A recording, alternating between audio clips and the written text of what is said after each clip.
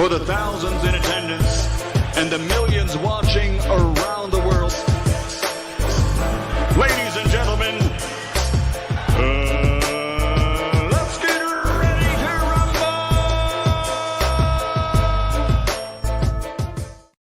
Yeah. What's up? It's that boy, Coach Malachi Williams in the building. We back. New media today, USA Boxing, man. We are back. It is what it is, baby. It is what it is. You see what I'm saying? To this day. Yeah, man, it is what it is, man. Today is a good day today, man. If you showed up today, man, I really appreciate it, man. You could be anywhere in the world today, but you're over here rocking with the old boy. So I really appreciate that. So I do want to give everybody who is here today a round of applause. Man, you's a sap sucker and a jive turkey. Wrong sound effect, guys. Wrong sound effect.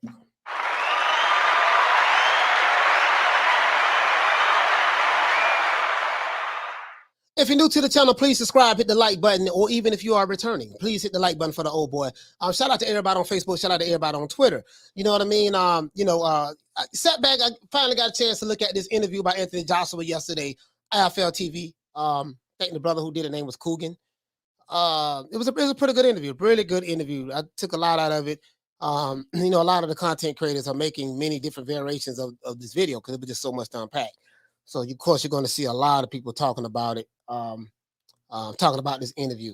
Maybe not so much from the Alphabet Boys, but then maybe they will, maybe they won't. But I'm going to talk about it. There's several things. I got so many notes I took out of this interview, that and no one can break it down like me. No one can break it down like the old boy. You see what I'm saying? The old boy, when I break something down, I break it down. You see what I'm saying? But yeah, it was a pretty good interview yesterday, man. I really liked it. Super chat. Sorry about that. I really liked it. It's a lot of stuff that he said that I had already said prior to him even releasing this video. And I had the receipts. So I'm going to show these receipts. You know what I mean? So it don't make it seem like I'm capping. Because we all know that I did cover the fight that night. I covered the fight that night. I went live. And I had a video. We did a show right after that. And a lot of people was there at the show. I think that video got like over 11,000 views. And I had a receipt on what I said. The day of the show and after the show as well. Something like that. But anyways, that's neither here nor there. Let's go ahead and give everybody a shout out. Salute and shout out to the Queen Lisa Bells. Hey, okay. Shout out to Rolling with the Punches. Hey, okay. Shout out to Goodwin. What's going on, fam? Hey, okay. Rocky Valley. Hey, okay. Paul Evans. Hey, okay. Let's see. Salute to Ava as well. Hey, okay. Let's see who else we have. Shout out to my main man Hector Garcia. Hey, okay. Double A in the building. Hey, okay. Double A, what's happening, bro? Jay Styles, what's going on, fam? Hey, okay. Let's see. Who else we got? Shout out to my brother Charlo. Hey, okay. Charlo in the building. Charlo is in the big dizzy. Shout out to KB. Hey, okay. Thomas Jones. Hey, okay. Shout out to who else we have, man? Who else we got, man? We got let's see, Jay Styles. What's going on, fam? Hey, okay. Shout out to the Queen Arlette. She says coach is late because watching fake calling me back. Yeah, so Carm, what's going on, Carm? Shout out to Lennox was best. Hey, okay. Shout out to It's Cold in Winter. Hey, okay. Shout out to Jeff Luciano. What's going on, fam? Eddie Mack say Wakanda forever. To this day. Yeah, man. It is what it is. Shout out to Ben Adams. Hey, okay. Shout out to Alan Skill. Hey, okay. Shout out to Tony Kelly. What's happening, bro? Hey, okay. Shout out to the Queen Nick Rich. Salute to the Queen. Hey, okay. Shout out to Halim in the building. His favorite fighter, Lennox Lewis. Hey, okay. Shout out to James Hickey. Just joking, Halim. I don't want to get you started. Shout out to I Am Dave. Hey, okay. Shout out to Robert Williams. What's going on, bro? Hey, okay. Shout out to Philly Fly, my name. But that's a cool ass name, bro. Damn, I'm jealous of that. Philly Fly. Hey, okay. Shout out to who else we got? George H. What's going on, bro? Hey, okay. Shout out to Michael Buffer. Hey, okay. Shout out to Mickey Goldmill. What's going on, fam? Hey, okay. Shout out to Ive Ben. What's happening? Hey, okay. Shout out to my brother Smith and West. What's going on, bro? Hey, okay. Shout out to Leon. What's going on, Leon? Hey, okay. Shout out to the Queen Bless 365. The Queen Bless 365. Hey, okay. Let's see who else we have in the building. Who else we have? Robert Williams. Yes, sir. The Queen Bless 365. James Hickey, what's happening? Hey, okay. I think we got everybody. We got everybody, man. We got everybody.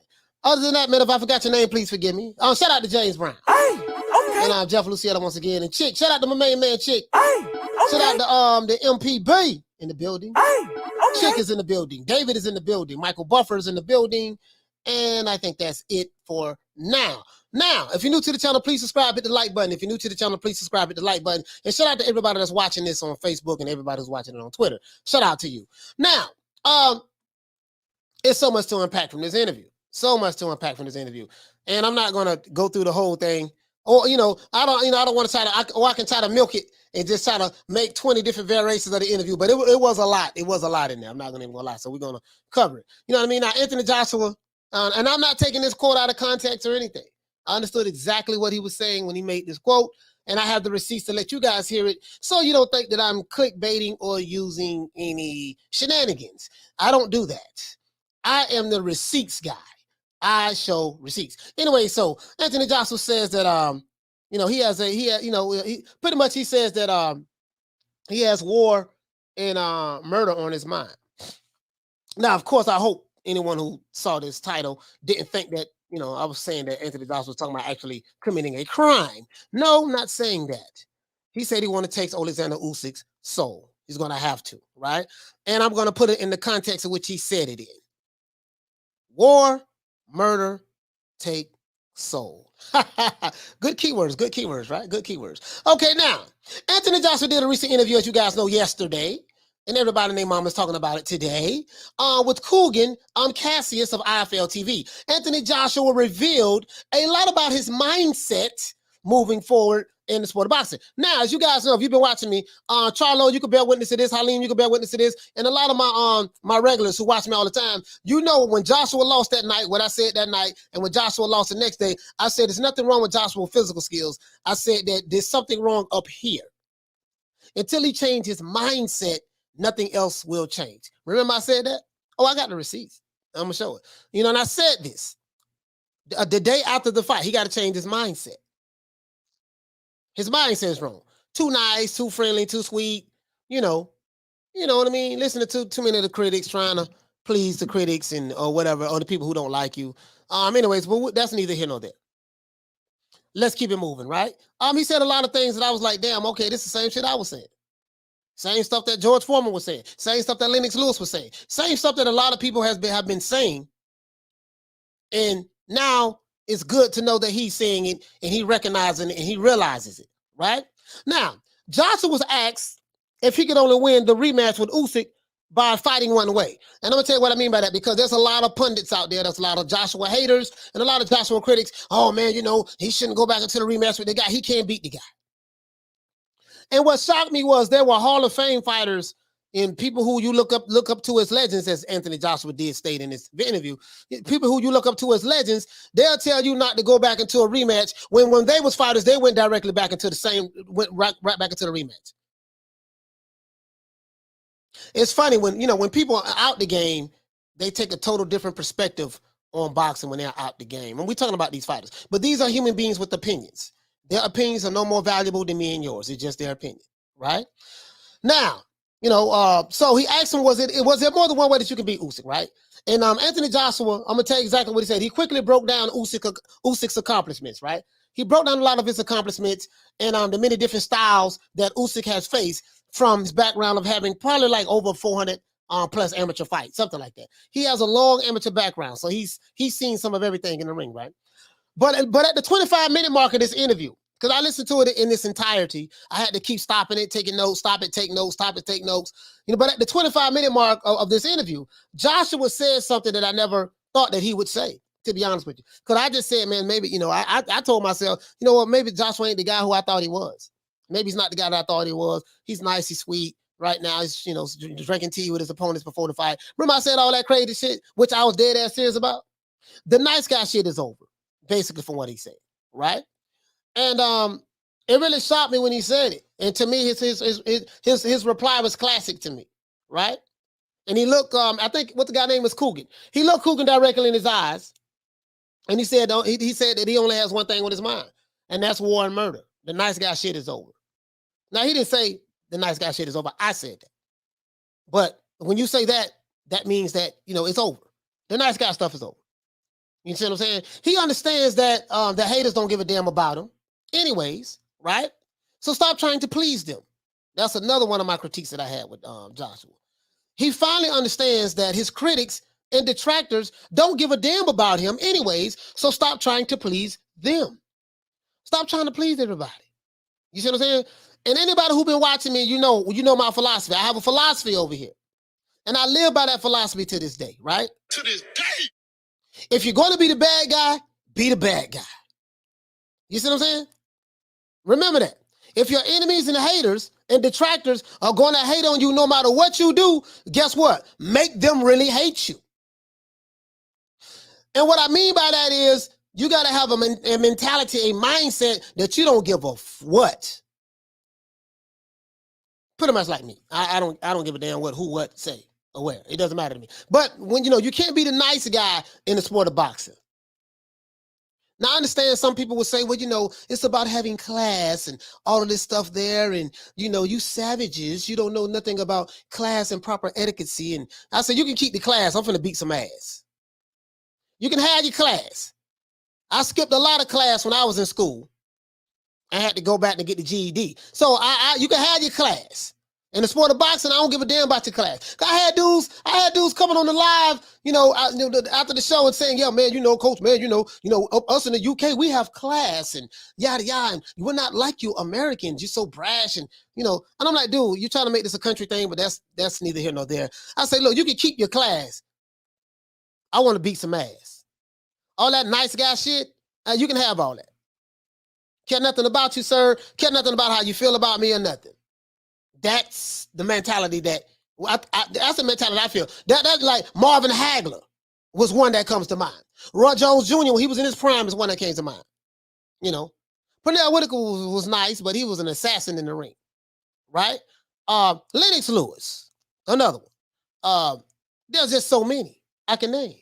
George Foreman, Sonny Liston, Sugar Ray Robinson. There's just so many I can name. But let's keep going, right? Julio Cesar Chavez is another one. You see what I'm saying? And you got what I realized what Joshua understood in this interview was this, right? When you're on the top, everyone wants to see you fall. This is facts. And when you're on the bottom, everyone finds joy in your failures. This is the fact of life, right? But what I like about this interview the most, guys, is that it seems to me that Anthony Joshua has finally learned his lesson. It seems to me that way. You know what I mean? He realizes that in order for him to get back to the top and stay on the top, he's going to have to change his mindset. He's going to have to change his mindset. He has all the physical skills and tools that he needs in order to become a 3-time unified champion. And he knows this for a fact. Now, his doubters and detractors may say, nah, it ain't nothing else he can do. But those were the same guys who said that when he lost to Andrew Ruiz. When he lost to Andrew Ruiz, those were the same guys who said that. So you can't believe shit they say, the they-sayers. I like to call them the they-sayers. I never believe what the they-sayers say. The they-sayers try to project on you what they can't do themselves, right? So I never focus on they-sayers. And Joshua shouldn't either. You worth 100 million pounds or more. You got plenty of money, so you ain't worried about no money. What the hell you worried about what other people say who got an opinion about you? You see what I'm saying? So, as I said before, he got all the physical tools that he needs in order to be the 3-time champion, right? But now he has to be willing to go to the dark side, in my opinion. He got to be willing to go to the dark side in order to get the job done. No more taking selfies with your opponent, Anthony Joshua. No more taking selfies with your opponent when you're picking your weapons of choice at the glove. When you're picking your gloves to fight each other the night before the fight or 2 days before the fight. No more being nice. No more corporate and sweet. Being nice, corporate and sweet, robotic, no more of that shit. You see what I'm saying? Joshua, you do have a winner's mentality. He does. You don't become 2-time unified champion or getting a gold medal in the Olympics without having a winner's mentality, irregardless of what others may say. You see what I'm saying? But all that stuff has to go, right? It has to go. And the good thing is this, you know what I mean? I like the fact that Anthony Joshua came to the U.S. to chop it up with some of the world-class trainers that we have over here in America. You know what I mean? Trainers like Eddie Reynoso, Robert Garcia, Ronnie Shields, Virgil Hunter, and I don't know who else he might have met, but he said that he spent 2 days with each one of these trainers. Now, all of these guys are great trainers in their own right, in my opinion, and I think that they would do wonders for Anthony Joshua. Whoever he chooses to pick, right? He know what he needs to do. It ain't but one way to handle this situation. And Joshua did say, what I did like about it, Joshua did say that he was willing to allow Tyson Fury to help prepare him for the rematch with Alexander Usyk. He said he would love to, I would love to invite Fury in so he can help me. Now that shit was funny. But you know what? No, he said it. He said he seemed like he was sincere. He was serious. You know what I mean? Fury can show him a thing or two. You see what Fury had to do? Fury had to leave the UK. He left that nice guy shit. He said, look, man, I like Ben Davis and he cool, but he too goddamn nice. I need to come to America, get with Sugar Hill, and get with one of these killers.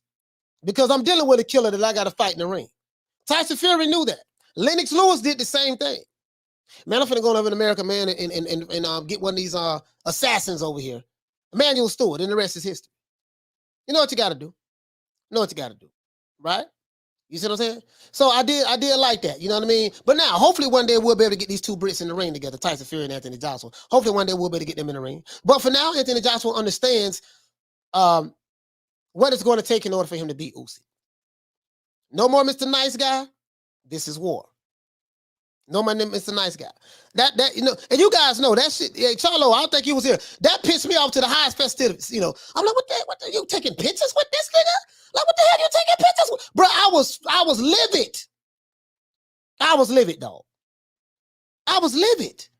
Because I have a mentality, and the people who I grew up around in the streets that I came up under, listen, bro, like once we signed a contract to fight each other, guess what, bro? I don't like you, your mama, your daddy, your sister, your brother.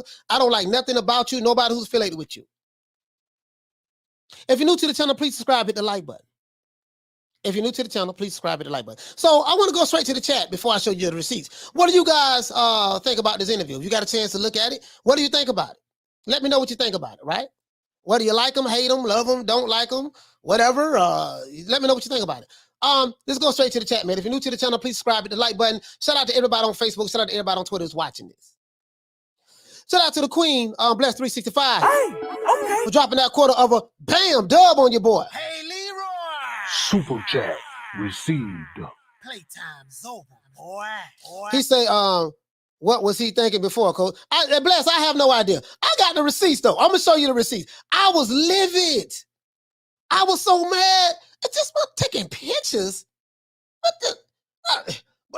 listen, Bless, I had quite a few AJ fans, and AJ is my favorite heavyweight in the heavyweight division. But I'm 38 hot about this nice guy, sweet. Let's, give me some sugar. Let's take pictures together. Oh, that man, like, come on, man. I ain't never seen Marvin Hagler do no shit like that. But I had a bunch of people. Like, basically, not a bunch, but a good handful of people from the UK hitting me up, telling me I ain't got no class, and that's what's wrong with you Americans, and you don't have, man, I damn all that class shit, bro. I am a professional fighter. I ain't with all that class stuff. I skipped class a lot in school. I skipped class a lot in school. So I don't care nothing about the class. I care nothing about the class and really don't give a damn about what you think about me. That's how you got to be. You know what I mean? So anyway, I've never seen a friendly pit bull. And what I mean by that is my cousin does have a pit bull and it's a nice dog. But I'm saying I've never seen a friendly pit bull before a fight. Let me clarify that. Never saw a friendly pit bull before a fight. So I hear what you're saying. These gotta have some class, and you Americans, y'all don't know nothing about that. And okay, you gotta keep your class. I'm finna beat some ass. This dude trying to knock my block off. I ain't got time for class right now. Class finna start right here in this ring. So, anyways. And I also, guess what? I also said this. He said he's tired of losing as well. He said he's hungry. Good to see that fire in his eyes. I like to see that fire in his eyes too. I care nothing about him losing the fight. I care nothing about him losing the fight. It was the fact that all the stuff that led up to it and how he lost. Peter Von Nuck says, I saw the interview. I think AJ is still scrambling, as in still no clue how to beat Usyk. I mean, I don't think it's really, he tried one way. That way didn't work. So we know not to go that route no more, right? So it ain't, everybody's beatable. It ain't but a handful of people in the history of boxing that retired undefeated. So let's see. Leon Musa says, I like Joshua as a man. I'm a Fury fan. I think Joshua is a good, nice man, handsome, smart, and he's confident. Hey, and Leon, and the fact that hey, that'd be something else. If Tyson Fury was to go in the camp and say, look, I'm gonna help you, your big dosser. I'm gonna help you, dosser. I'm gonna show you how to beat this other dosser. Get your belts back. Hey, just imagine that conversation, man. Just imagine that conversation. Tyson Fury coming in AJ camp. All right, big dosser, listen, I'm gonna help you, big dosser. I'm gonna show you how to beat the other dosser. And when I show you dosser how to, and when I show you dosser, big dosser, how to beat the other dosser, then you're gonna get your dosser belts back, and then I'm gonna beat you, and then I'm gonna take you. Just imagine that conversation. You said, yeah, coach, that was crazy, seeing all of them hugging with the hey, Charlo, that's all I was talking about, bro. Bro, Charlo, that's all I was talking about. Bro, I was 38 hot, boy. Paul Evans say, taking selfies in the ring. I just saying though, bro.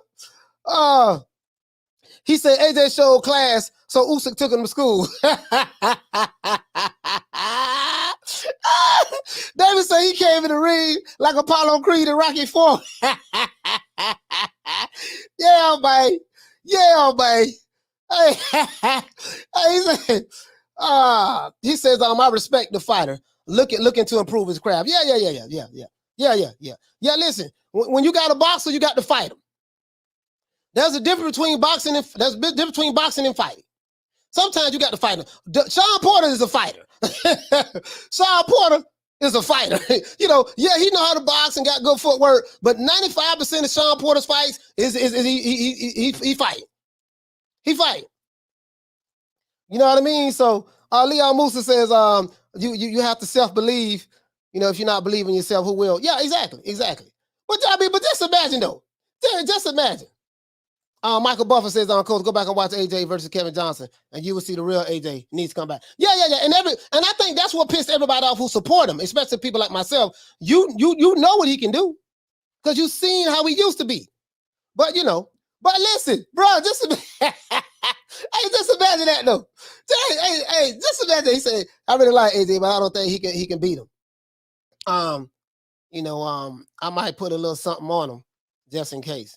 Well, he says AJ spoke highly of Sugar Hill. Yeah, he spoke highly of Sugar Hill as well, because he saw what Sugar Hill was able to do to Tyson Fury. You know what I mean? So, but just imagine that though, bro. Just imagine that. Just imagine that, bro. Hey, Double A said, yeah, it sound like Fury would say that too. Yeah, I'm telling you, bro. Just imagine that. You big dosser. You lost to a pumped up cruiserweight. Let me show you how to do it, mate. Come here, let me show you. See, dosser, put the jab on him like this, dosser, and then come back and hit him with the right hook, dosser, and then put your weight on him. Put him in the headlock like I did Wilder. I put him in the headlock and I made the referee do his job, and then I was sneaking punches here and there, and that's how you do it. Bro, that should be hilarious. I can imagine that, bro. Coach, go and watch Usyk. Yeah, I can imagine that, bro. Bro, I can imagine that, bro. I can imagine that.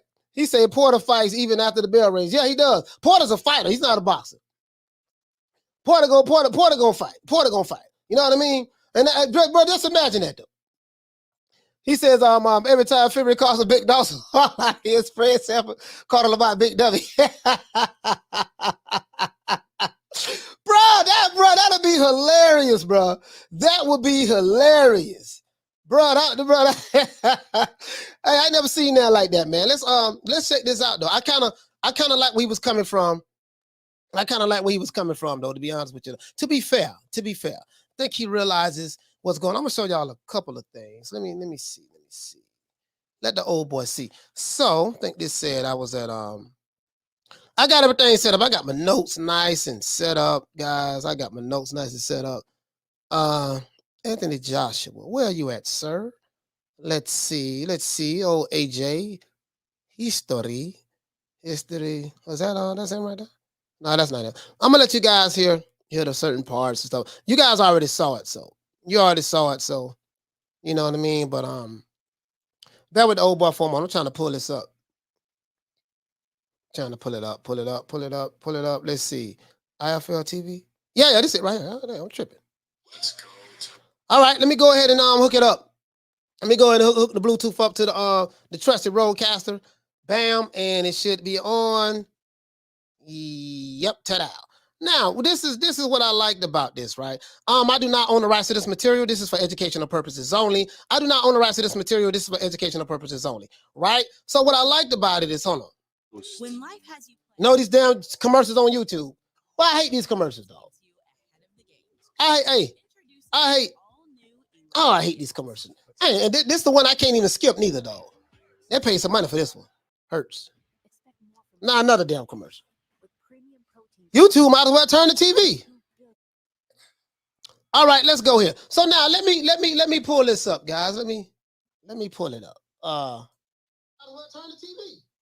Oh, sorry about that, guys. Let me pull this up right quick. Let me pull this up. Let the old boy pull this up right quick. You know what? Maybe y'all can hear it here. I'm not even gonna do it. I'm just gonna let you guys hear it here. I'm gonna go back here, guys. We're gonna pull it up. This it right here. Yeah. Okay. I got it right here. So let me see which. Wait a minute, guys. I don't got damn lost. What did I say at the 25-minute mark? Hold on, guys. I want you to hear this. What did I say at the 20? What am I trying to say? All right, at the 25-minute mark. Yeah, I think I found it, guys. Bear with the old boy for a moment, man. You know I'm high right now. I am high. I'm not even gonna lie, but I got some good sticky icky too, boy. Anyways, yeah. It's at the 25-minute mark. Okay, never mind. I got it. I found it, guys. I found it. Now I got another damn commercial right here. What I hate? What is what? All right, never mind, guys. I got it. All right, here we go. At the 25-minute mark. I want you guys to hear this. So I'm going to slide this on over here. Then, of course, I'm going to let you guys see it. 25-minute mark. Bam. Ta-da. And where I'm at right there, 5:52. 5:53. Okay, cool. All right, now. Let me see what y'all talking about in the chat. He says, facts, Peter, correction, spot on. What did he say? He said, hey, coach, how would you feel if Boyle Crawford starts Sean Porter in 7-11? I'm gonna feel real good about that. You know that. You know I got Bud all day. I like Sean Porter, but I don't like him like that. Not over Bud. Hell no. Anyways, let's pull this up. Sean gonna get stopped though. He gonna come in up with that wild shit, swinging all wild like he always do. He gonna get stopped. That's gonna get stopped. This is gonna be his first stoppage. This interview right here, guys. This is the part where it really threw me for a loop because I wasn't expecting him to say what he said. The guy asked him a question. Kugan did a real good job in his interview. Merge them together and just go out there and win. Because if I win the next fight, it's not forgotten about, but victory's sweet. There's. Hold on, let me do this. Let me play this right quick, guys. All right, victory sweet. Okay, let's go. No revenge like victory. Are we naive enough to think that you can only win the rematch one way? Is it that obvious where? There's 2 ways. Okay. There's 2 ways. Remember, Usyk was a heavyweight from the WSB time, dropped down to cruiserweight, made the cruiserweight weight, probably realized he's probably smaller. He's one of the smaller heavyweights at the time, and he's built himself up. So he's had like 400 amateur fights. He's seen people that have tried to rough him up millions of times. So to just adapt one style is silly. But for me, I have one thing in my mind. That's war. That's murder. That's war. That's go out there and hurt the guy and take his soul to the point he wants to give up. That's what boxing's about. I've learned that. you hit people constantly and you keep on applying a certain amount of pressure, and before they know it, they'll realize you aren't going anywhere. You're here to stay. So with the game plan, that's all I have in my mind at the minute is that one track. Stay on course. Take this guy to places that you don't want to go. And the game plan for the coaches, let them come up with it. I ain't got time to be sitting there studying this guy a million times and looking at every tape and analyzing. Let the coaches feed me with that information. I'm a product of the environment I place myself in. If my coach tells me box on the back foot, I can box on the back foot. And if I'm inspired, well, he's going on. We're gonna finish hearing some of this. But what I like what he said was, now I don't know what he meant by the coaches and shit. I know he said they got to let them come up with the game plan. But at the end of the day, what I like what he said was where his mindset at right now is war and murder. He's gonna have to go to a point to where I want to take this guy's, have to take this guy's soul to let him know that, hey, I'm not going anywhere. I'm gonna tell you who I saw do that. Tyson Fury and Deontay Wilder. Tyson Fury, when I hear Anthony Joshua say this and talk like this, it makes me believe that this is the conversation that Tyson Fury had with himself. And I'm not trying to bring Fury into this conversation, but I'm talking about a mentality. You saw a Tyson Fury, 700 pounds, fresh off the crack pipe, come out of retirement, had 2 tune-up fights, fight Deontay Wilder after just trying to make weight, and he had a draw with him. They say he was pillow-fisted because he was flicking his jab and the gloves was flapping and, he was going backwards. And he had the mindset to understand, you know what, man? This ain't going to work for this guy. I'm going to need something else extra.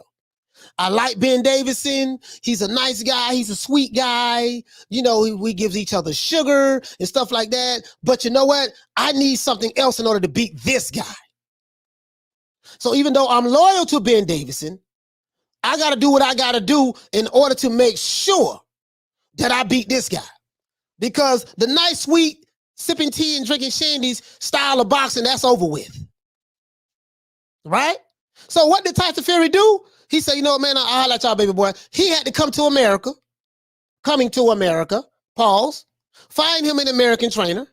Sugar Hill, a.k.a. Emmanuel Stewart's nephew. And say, hey, listen, I need a style to stop this guy. Sugar Hill said, you know what? You know how we do it, baby. The only thing we work on is knockouts. The most guaranteed and sure way to beat a fighter is to knock him out. But in order to knock him out, you got to fight. You got to fight for the knockout.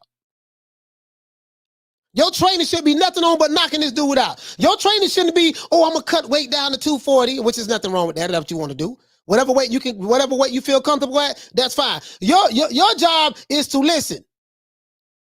How can I stop this guy?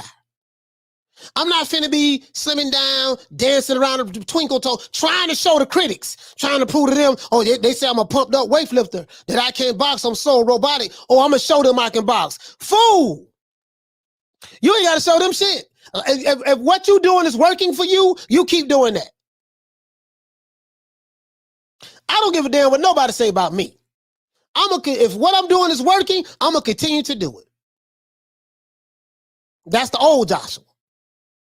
It seemed like he's back. He's talking the right way. But that's what Fury did, though. So I know that he watched that fight because he talked about the fight. He talked about the fight in his interview. And we're gonna go through it. If you're new to the channel, please subscribe, hit the like button. If you're new to the channel, please subscribe, hit the like button. Let's go. And they're saying, stop moving forward. What are you doing? Get back on your back foot. A fighter will tend to box more on their back foot. Look at the changes Wilder made. Look at the changes Fury made. You're a product of your environment, whoever's teaching you. But the mindset is something that I control. So all I know is that with my mindset, it's just not on this, it's important to have, but I'm not on this jab, sit back, counter, hit, don't get hit, slip there. It is boxing, but it's heavyweight boxing, it's war as well. There is no hit and not get hit. You've got to sometimes walk through punches. This is what I'm talking about. This is what I'm talking about.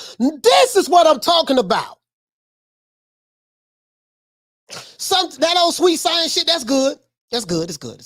Everybody ain't Muhammad Ali. Everybody ain't Sugar Ray Robinson. Sometimes Let's hear that again. Let's hear that again. Hold on. I gotta hear that again. But that was profound. Let's hear that one more again. One more again. One more again. Let's hear that one more again, dog. That right there is obvious where. There's two ways. Remember, Usyk was a heavyweight from the WSB time, dropped down to cruiserweight, made the cruiserweight weight, probably realized he's probably smaller. He's one of the smaller heavyweights at the time, and he's built himself up. So he's had like 400 amateur fights. He's seen people that have tried to rough him up millions of times.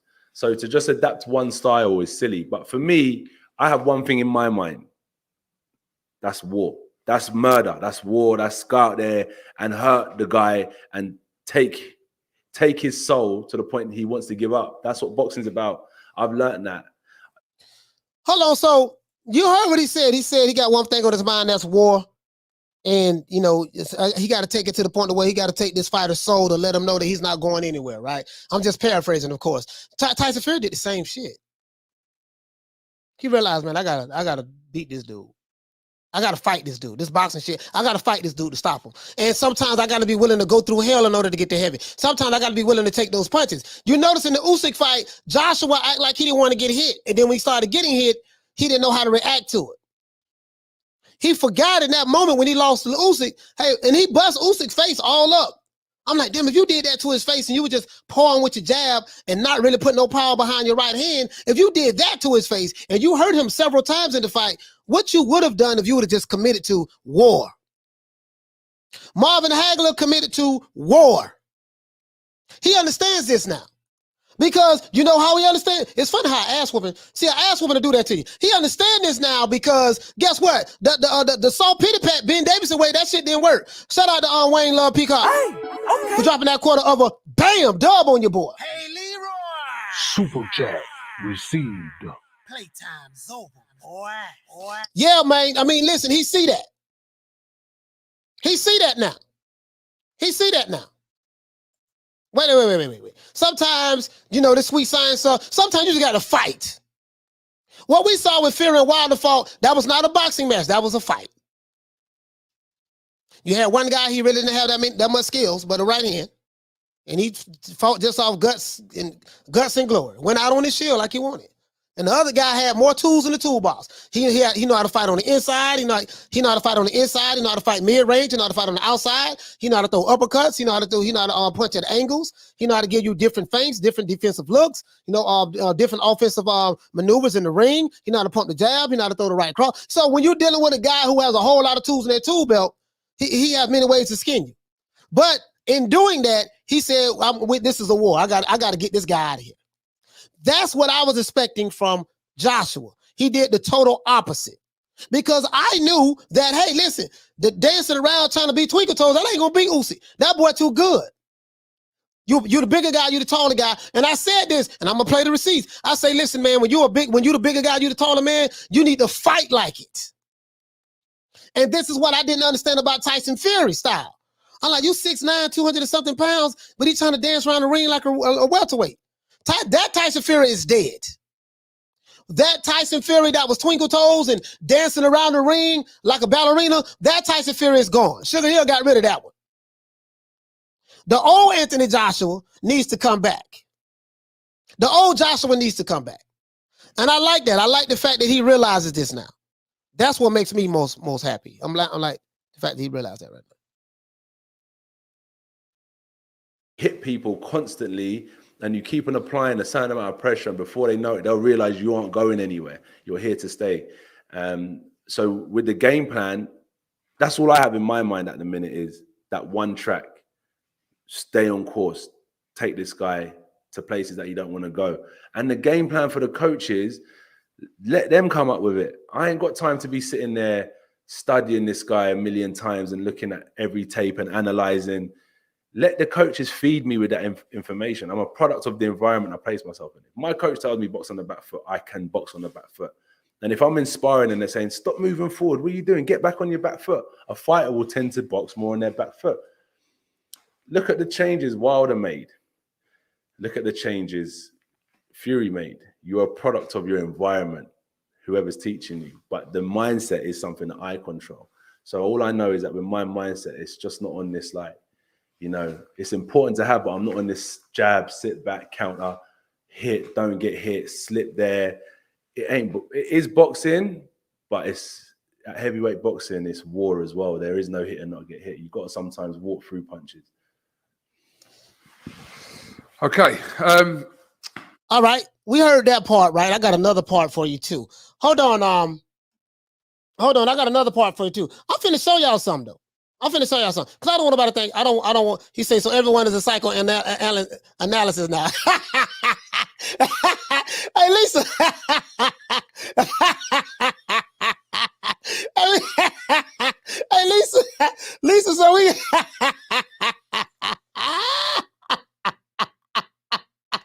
Lisa, we got trainers in the chat now. We got referees.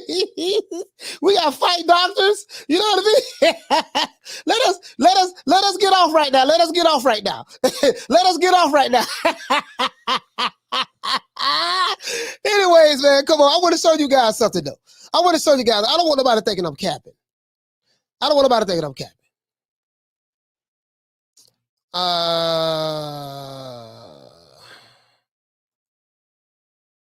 I don't want nobody to think I'm capping. Hold on. Check this out. I was so upset. I was like, man, what the hell is he doing? You know, I had people telling me I was tripping about the self. I said, bro, he taking selfies with this man. Something ain't right. Something ain't right about this, man. Something ain't right about it. Hold on for a minute, guys. I want to show you guys something. I'm trying to find something. I'm trying to find something for you guys. Hold on. What the, bro, I was so mad, bro. Listen, bro, I had all kind of Joshua fans jumping down my throat, telling me, oh man, you know, we got class over here. Oh, it's all right, man. Y'all keep talking about class and shit now. Now let's go here, the 38-minute mark. I want to show you guys something though. Bear with me for a moment. Bear with me for a moment. I know where I'm at. Going to the 38-minute mark right there. Bear with the old boy for a minute. I'm finna take y'all on a ride right quick. If you're new to the channel, please subscribe, hit the like button. If you're new to the channel, please subscribe and hit the like button. I'm finna take y'all on a ride, right? I'm finna show you something. You know me, I like to come with receipts now. And I like to come with receipts. Talk about the mindset. Yeah, he talked about the mindset he got to have in the rematch. We ought to look at that. Where is my, oh, here you go, right here. That's Eddie Hearn. No, that ain't what I want to see. It's an email I'm trying to find. Hold on. Anyways, you know what? Let me just play it. Let me just play it for you guys. Maybe I'll walk up on it. Maybe we'll walk up on it. Is it on my phone? Let me see. Cause I want to make sure I get this thing right for you guys. Cause I was so mad. I want to show you guys what I said prior to the fight. Let's start right here. Okay, let's start right here. Prior to the fight, let me show you what I said. Let me show you guys what I said prior to the fight. He said all the Xbox opponents saying don't take the rematch. I can't believe these guys. Yeah, he did say that. Don't take the rematch. But boy, hush. That's the first thing but those were Arsenal Manic. Those were the same guys who said that he would lose in the rematch against against Andrew Ruiz. Those were the same guys. So you can't listen to them. Anyways, let's pull this up. I want to know. Let's pull this up. I'm going to show you guys I wasn't capping. And I'm not going to sit here and say, I wasn't capping. And I'm going to show you how much on the mark I was with this. Let's go right here. Let's go right here. I'm just going to play it from, let me know if you can hear it, guys. Anthony Joshua needs to leave the UK and come over here to America and get with one of these American style trainers. Get with Tommy Brooks. Get with Ronnie Shields. If you don't like Ronnie Shields, get with Buddy McGirt. He needs that American, we're gonna beat your ass type style training. I'm talking about from the real coaches. I ain't talking about from no damn Malik Scott. I ain't talking about from that nigga. That ain't nobody. I'm talking about from, he needs that style. Let me share something with you. Now, you heard what I said. I said this on the day after. This is September the 26th. The fight was September the 25th, right? I said this the day after the show. I say Joshua needs to leave the UK, bring his ass over here to America, and get one of these American. Let me let you hear this again. Let me know if you guys heard that. Let me know if you heard that. Mike Jones said AJ soft as butter. Nah, I don't think so. I don't think so. I seriously doubt that. Shout out to Bless 365 for dropping that quarter of a bam dub on your boy. Hey, Leroy. Super chat received. Playtime's over, boy. Bless 365 say he got the message, coach. Okay, so you heard it. I'm gonna let you hear it one more again. Nick Rich says I agree. He definitely needs to leave the UK. They shitting on him anyways. Why be loyal? So this is what I said September the 26th. What did Joshua end up doing? Now, I'm not saying he did it because of me. I'm not saying that. I'm saying, because other people were saying it too. To be fair, right? But this was the day after the fight. And I can play you the video to cook what I said the day of the fight we went live on that fight. I can show you what I said after the fight as well. The day of the fight, and this is the live. This is the live that we did the next day at 3:00. Let's go back and hear one more again. Cause I was like, man, this man here, man, pissing me off, man. Shout out to Teach. He said all the what coach mentioned, heavyweight fighters don't have. Usyk brought the style of a lower weight class into the heavyweight division. Yes, sir. He said, I saw the fighters yesterday who was trying to be perfect. Afraid to take a chance, confused, no confidence, needs to have a talk with Lennox Lewis. Squash the beat. Listen, Anthony Joshua needs to get rid of Rob McCracken, his whole team. Say, listen, it's been a nice ride. I love you guys, but guess what? I need to get with Lennox Lewis. Anthony Joshua needs to leave the UK and come over here to America and get with one of these American style trainers. Get with Tommy Brooks. Get with Ronnie Shields. If you don't like Ronnie Shields, get with Buddy McGirt. He needs that American, we're gonna beat your ass type style training. I'm talking about from the real coaches. I ain't talking about from no damn Malik Scott. I ain't talking about from that nigga. That ain't nobody. I'm talking about he needs that style. Let me share something with you guys. So I talked about this the day after the fight. Now, from what I heard in his interview, listening to his interview, it seemed like a lot of the shit that he was saying, some of the stuff he was saying, I'm like, about the mindset you got to have. You need to bring your ass to America and get with some of these American style trainers who gonna teach you that style that you need. He can't go wrong with any trainer out of Detroit. Ronnie Shields is a damn good trainer because Ronnie Shields has a lot of connections with a lot of great trainers throughout. Like Lou Duval, 81st, Georgie Benton, him and Tommy Brooks and stuff like that. So yeah, absolutely. Virgil Hill is a student of the game, of course.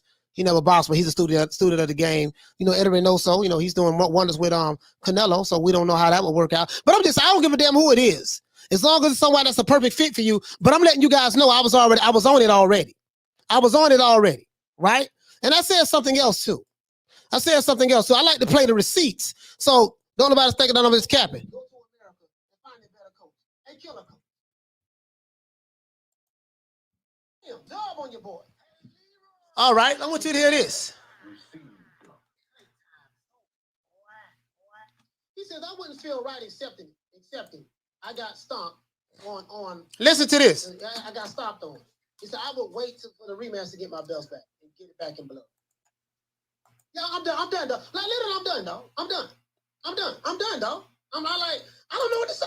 I'm saying I'm done right here because it was a guy that was in the chat from the UK told me that us Americans don't have class, and what AJ doing, showing class to Usyk. but you know, by taking selfies and stuff like that, you know, there's nothing wrong with that. And he did not get what I was saying from a mentality standpoint. I said, listen, all that's cool and dandy, but when it comes to boxing, when you have to fight a guy who's trying to take your head off, there's a certain mentality and mindset that you must have before the fight, during the fight, after the fight. We could be friendly as hell, but before the fight and during the fight, no. I said that, listen, if I was a professional boxer, when I signed a contract to fight you, dog, I don't like you. I don't like your mama, your wife, your kids, your dog, your homie, your homegirls, I don't like your pastor. I don't like no goddamn body. As a matter of fact, I hate you and I detest your guts. But that's not class. And we know, and we don't do that. Okay, that's fine. Keep your class. Keep your class. I didn't do good at school anyways. Keep your class. I'm finna beat this dude's ass though. Because this is the mentality that I need to have in order to win this fight. So that's why I said I'm done. Hey, like this is ridiculous. This is ridiculous. You say no killers in Britain. Look what Tyson did. Go to America and find a better coach. A killer coach. Someone said AJ made $60 million yesterday. So watch what I say. Renee Box says, Coach, I'm done. He say, Coach said I'm done. Facts, Coach. But I can't make this up, bro. They looking at me in the chat. They looking at me like I got 9 heads. They looking at me like I got 9 heads. Like oh man, this dude here, he don't know what he's talking. Bro, like literally. I'm talking about the mindsets that you have to have. You want to make love. I ain't talking about going to the local pub and drinking shandies. And we're going to sip tea and have our pinky ring. Man, damn all that. But I get it, though. I get it. And that's what you like. That's what you like. Did you hear what I said? Did you hear what as a matter of fact, let me find it. I was 38 hot right here. Let me find it. Did you hear what I said? I said the mindset that he must have, right? Well, I talked about the mindset. That was the next day after the fight. The next day after the fight, I talked about the mindset right here. I got the receipt. I had a receipt. Oh, I had a receipt. September the 26th, 2021. I had a receipt where I said that. This was my observation from watching the fight. I'm arguing with this dude. Where this dude at in the chat? Where's this guy in the chat? Who see Philip Flowers here? Yeah, what the dude at? Yeah, man. I gotta find this dude in the chat, man. The one dude say no killers in the UK. Boy, I want to find this dude. This dude had me, boy, listen. I was so mad. You know, I don't do no blocking. I don't block nobody, right? I don't block nobody. You know, as long as they're not disrespecting the women and children and stuff like that. And they can say whatever, right? But the guy, I gotta find the guy. The guy was talking about, yeah, man, I wasn't, you know, I'm like, dude, damn this shit. This dude trying to tear your head off. What you talking about? Nah, man, hold on. Let's go back here, man. I was mad. I got stopped on. He said, I will wait for the rematch to get my belts back and get it back in blood. Yeah, I'm done, dog. Like, literally, I'm done, dog. I'm done, dog. I'm not like, I don't know what to say. Like, this is ridiculous. This is ridiculous. You say no killers in Britain. Look what Tyson did. Go to America and find a better coach. A killer coach. Someone said AJ made $60 million yesterday. He probably did. Renee Box says, Coach, I'm done. Look at this. Coach said, I'm done. Facts, Coach. But I can't make this up, bro. They looking at me in the chat. They looking at me like I got 9 heads. They looking at me like I got 9 heads. Like oh, man, this dude here, he don't know what he's talking about. Like, literally. Notice my frustration. The mindsets that you have to have. You want to make love. I ain't talking about going to the local pub and drinking shandies, and we're going to sip tea and have our pinky ring. Man, damn all that. But I get it, though. I get it. And that's what you like. That's what you like.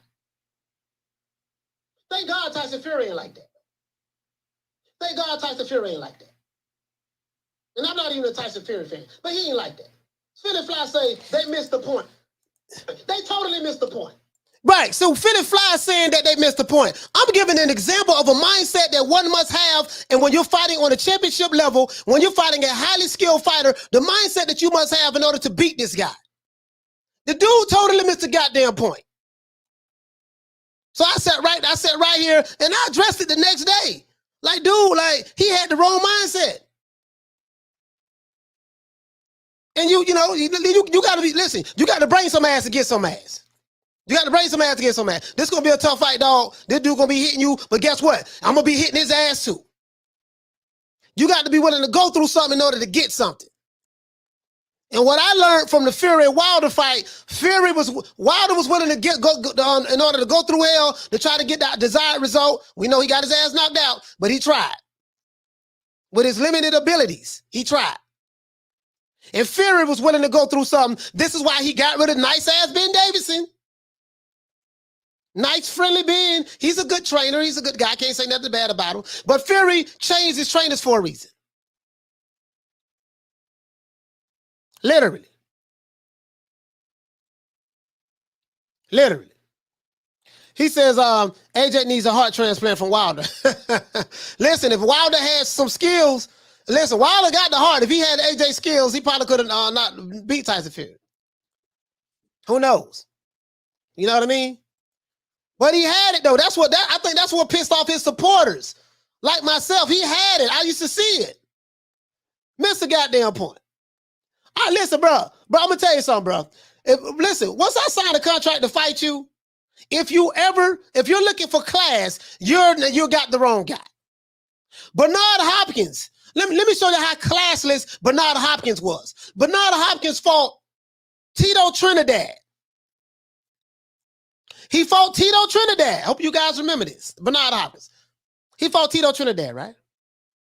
Guess what Bernard Hopkins did? Him and Don King and Tito Trinidad, they was in Puerto Rico. Don King had the Puerto Rican flag, of course. You know how they do it. Goddamn Bernard Hopkins, let me show you how much class he had. He took the Puerto Rican flag, I think he broke it in half and threw it on the ground or something like that. Now, of course, a lot of the people tried to attack Bernard Hopkins, of course. But I'm just saying, he had no class. Once you sign the contract, guess what? We are enemies for life until after the fight, anyways. Until after the fight. That's all I'm saying. John Doe say AJ needs a few computers. No, John Doe, he don't need no computers. He got to have the heart to do what it's going to take to get in there. He got to have the mindset to do what it's going to take to get in there. He said, to be fair, that man did what he thought he needed to do to feed his family. He made mistakes about putting his stuff aside mindset. UK is laughing at him at his expense. It's life. Yeah. Hey, listen, if they don't listen, if the UK turned on Joshua, I don't think they turned on him, but I get what you're saying though, Nick. I get what you're saying though. I don't think they turned on him. I don't think they turned on him. He said that is why Shakur said Heron wasn't his friend. But after the fight, he admitted they were friends. Yeah, you gotta listen, man. We gotta listen. And guess what? We know that Shakur Stevenson and Jamel Heron, they train in the same gym. They spar with each other a lot. They friends. Like Jamel Heron is like the big brother to Shakur's little brother. You didn't see them taking pictures, hugging, and giving each other sugar before the fight? Don King said B-Hart was a street guy. Yeah, B-Hart was a street guy. B-Hart was a street guy, though. That is true now. That is true. But yet still, I'm talking about a mindset. Sugar Ray Leonard wasn't a street guy. Look at Sugar Ray Leonard. Sugar Ray Leonard wasn't a street guy, but he still was an assassin in the ring. You see what I'm saying? So it ain't necessarily where you're from. It's the mentality that you must have when you're fighting on a championship level. It's a mentality that you must have just when you're fighting, period. Just when you're fighting, period. It's a certain mentality that you must have. So the dude, as you guys can see, I shot the video September the 26th, the day after the fight. I'm mad as hell. Philly Fly was there. Jeff Luciano was there. Bon Scott was there. Renee Box-Young was there. All these people was here. And I'm going off on this dude. Thomas Jones, I'm going off on this dude. Dude telling me that the killer mentality and showing class and shit. Can't about no damn class. I'm finna get in the ring, finna get my ass whipped. I'm getting beat. We don't try this game plan. It's not working. And we clearly do not have a plan B.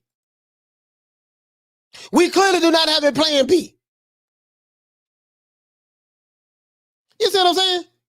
You see what I'm saying? We clearly do not have a plan B. At that point in time, and I'm not trying to relitigate the past, but I like what Joshua said. It's amazing because I said it on this show, September the 26th, and he had this interview yesterday, right? He had this interview yesterday, October the 26th.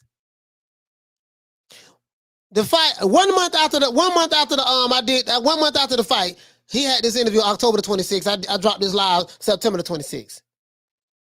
Talking about the mindset he needs to have, and he needs to get there, leave the UK, come over here and get one of these American trainers.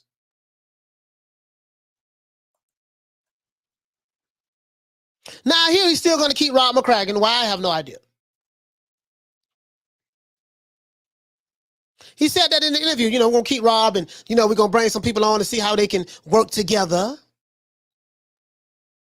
But Rob has a whole lot of other obligations. What I love about Fury is like, man, listen, man, hey, check this out, Ben. I got love for you, baby boy, but I'm fixing to go all in. I would like to see, I like the mindset, but if you're going to get a trainer, I mean, me personally, and I'm on the outside looking in, guys, I don't have anything against Rob McCracken. I really don't. I don't know the guy at all, right? All I give a damn about is the end result. And what I like about Fury is the fact that I think that he gave Anthony Joshua the blueprint of what he needs to do in order to beat Usyk. I want you to hear me out. I think, hold on, as a matter of fact, let's find it. Let's find that.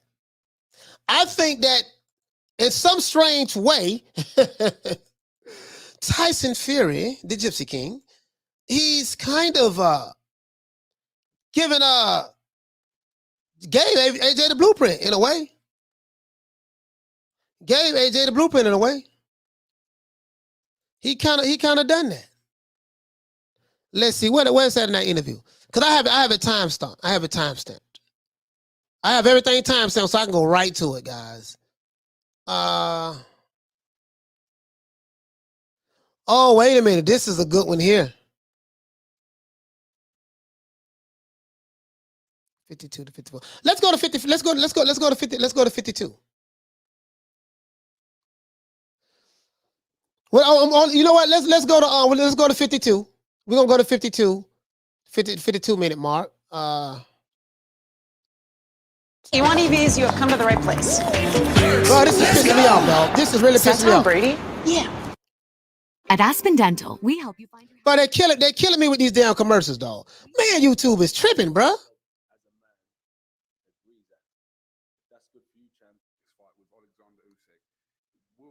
far as you're concerned, today, as we sit here today on Tuesday, will Rob McCracken be your head trainer in that Alexander Usyk rematch? Great question. Yeah, and he has to speak to the people that I may want to work with and see if he can work with them. So remember when I said about speaking with the coaches and saying, I want to work with you for 6 months. I have the same conversation with Rob. Rob, I want to work with you, but I also want to work with this guy for 6 months. And it's just Rob might tell me, you know what, champ, this ain't working for me. You know, for the next 6 months, you do your thing with him and come and see me after. It's mature conversations. There's no love lost in this boxing thing. My life, my health is on the line. I can't do this to make someone happy. I'm past that stage, bro. I'm a grown man that's taken some beatings. Like, people only see the fight, but it's the sparring, the running around, selling. So basically, he's saying that Rob McCracken is still going to be on. He's going to bring someone else on more from America. Say, hey, see, can they work together? If they can't, Rob may say, hey, man, listen, man, I can't work with this guy right here. I'm nice. He's a pit bull. I'm a chihuahua. He's a Doberman pincher, and this can't work. So Rob may say, listen, man, work with him for 6 months, then come back and see me later. And as you heard, he said, okay, man, you know, there ain't no hard feelings. It is what it is. I'm a grown man. I got to do A, B, C, and D. Tyson Fury did that. Well, I know you guys can say, why you keep bringing up Tyson Fury? Because I admire what he did. I saw what Tyson Fury did. And I feel like that he laid the blueprint on what Joshua needs to do. Lay Rob McCracken to rest. That's my opinion. No one is going to change that. No one is going to change that. That's my opinion. No one's going to change that.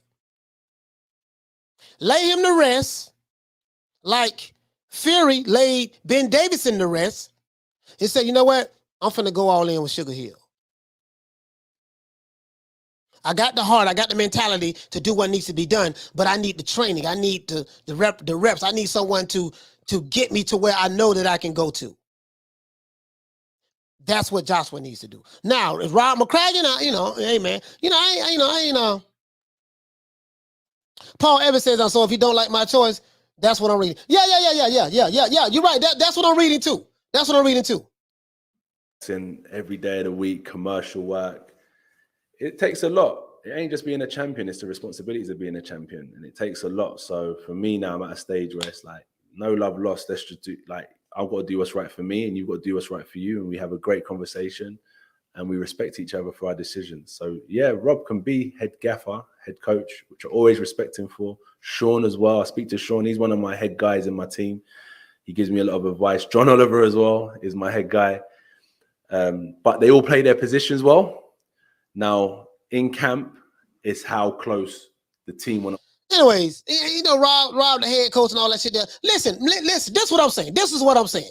I'm going to say this right now. In my opinion, he needs a new head coach.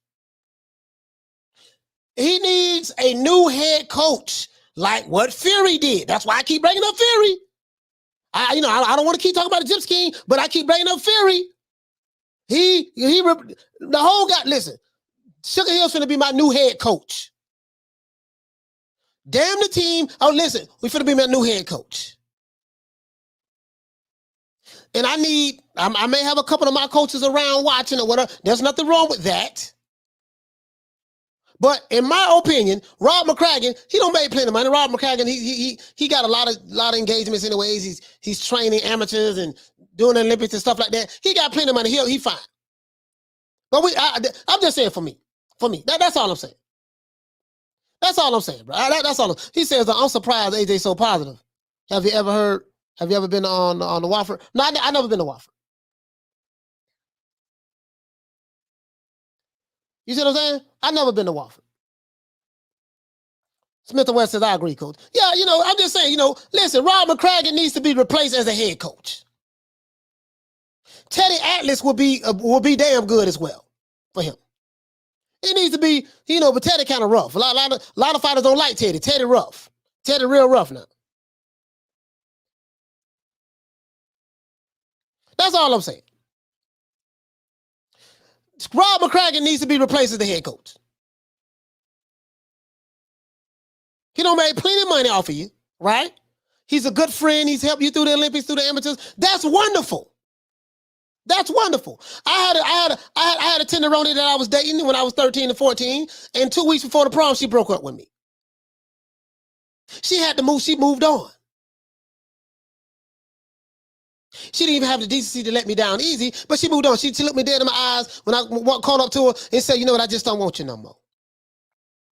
Shout out to Ayana. I ain't gonna tell y'all her real name, her last name. AJ needs to have that, Rob, I just don't want you no more moments. AJ need to have that, hey Rob, check this out, baby boy. I don't moved on. I just don't want you no more. You know what I mean? No head trainer, none of that. We don't need to be no head trainer, none of that. We good. I'm going in a new direction. I'm gonna tell you what I mean by that in a minute. Bear with the old boy for a minute. I'm gonna tell you exactly what I mean by that. I'm gonna tell you why. Tell you what I mean by that. Hold on. Check this out. Rob McCracken cool. He cool, right? Yeah, he Gucci. I guess he Gucci. He Gucci, right? Rob McCracken. I found my spot. Hold on. I want you guys to hear this. Sorry about that, guy. I'm showing y'all my email. Sorry about that. Hey. Bear with the old boy for a minute. Let's go back here. Oh, where Joshua? Let's go back here. Goddamn commercial. great coaches, so they can learn from these guys. Ronnie Shields, he was mentored by Lou Duva, who worked with like Whitaker, worked with Holyfield. Who else did he work with, Duva? Probably have to do some more research, but he's worked with, and he's been around the greats. Let's just say it that way. He's been around the greats. Okay, he's talking about Ronnie Shields. Benton. Georgia Benton. In a picture of them all together, he said that, yeah, he was mentored by these guys. He's worked with Mark Breland, been in the same boxing system as Mark Breland, Tommy Hearns, Sugar. Listen, this is who Ronnie Shields been around. Mark Breland used to be managed by Shelly Finkel. Mark Breland, you know, I'm saying like, you know, Mark Breland could have some hell of a trainer. Tommy Brooks, Georgie Benton, you know, like they come from this line. They come from this line of great trainers. This is what he was saying about some of the, just the trainers, the American trainers. This Lou Duva right here. Lou Duva trained a whole lot of people, and he was a promoter as well, manager, boxing promoter and manager as well. Georgie Benton. Georgie Benton was a bad boy, born 1933. Lou Duva was born 1922. Georgie Benton learned under Lou Duva. Eddie Futch, born 1911. All of these guys, Eddie Futch, as a matter of fact, Eddie Futch, Ali got 5 or 6 losses on his record, right? 4 of Ali's losses came from Eddie Futch trained fighters. Joe Frazier, Ken Norton, Larry Holmes, and Trevor Burbick. All of them were Eddie Futch trained fighters, and they beat Ali.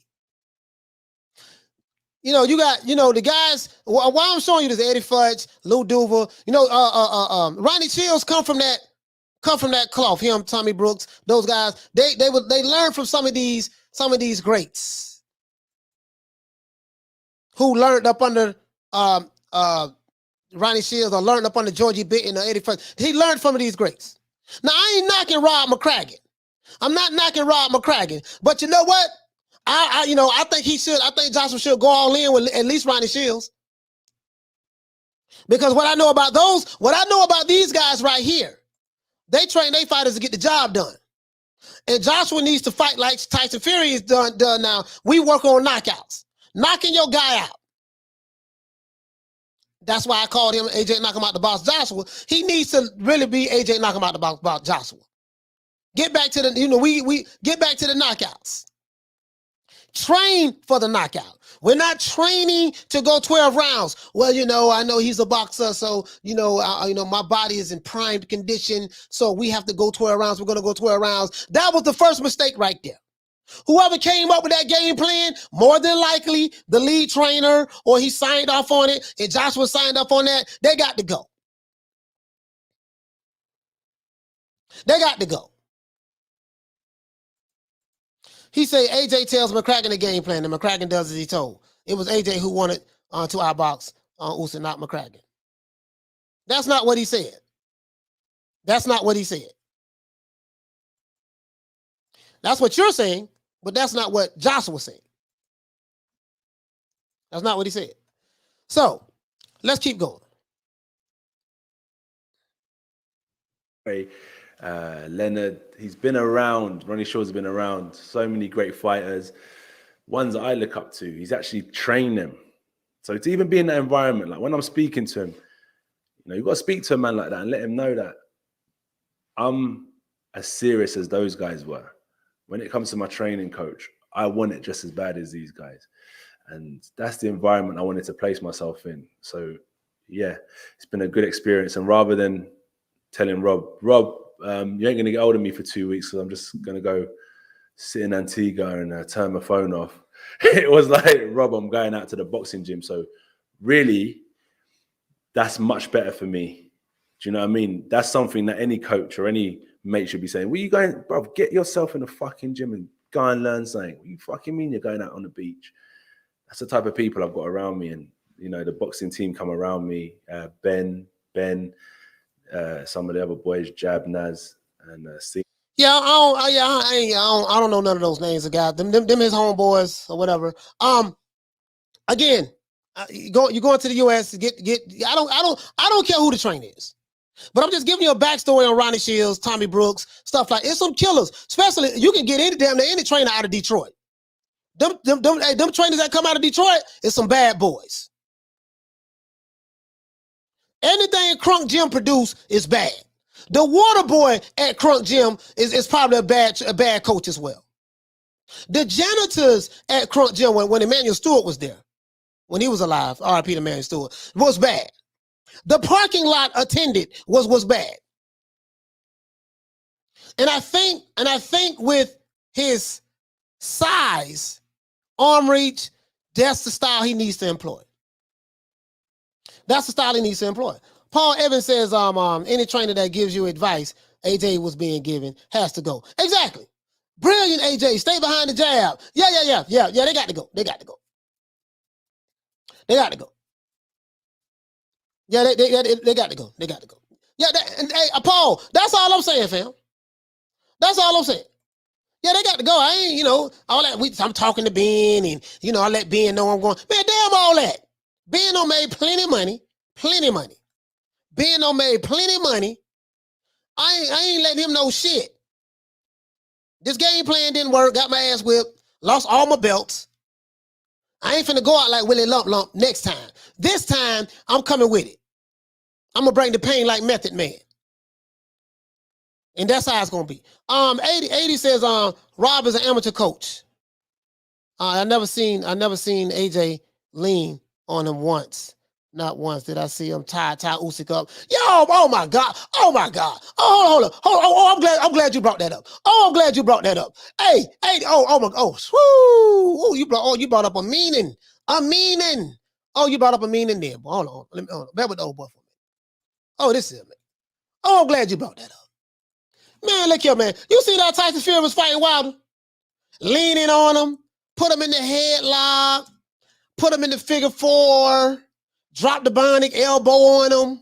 You know what I mean? You see how Fury was getting down. Fury like, man, check this out, man. This is a fight. The referee gonna have to do his job.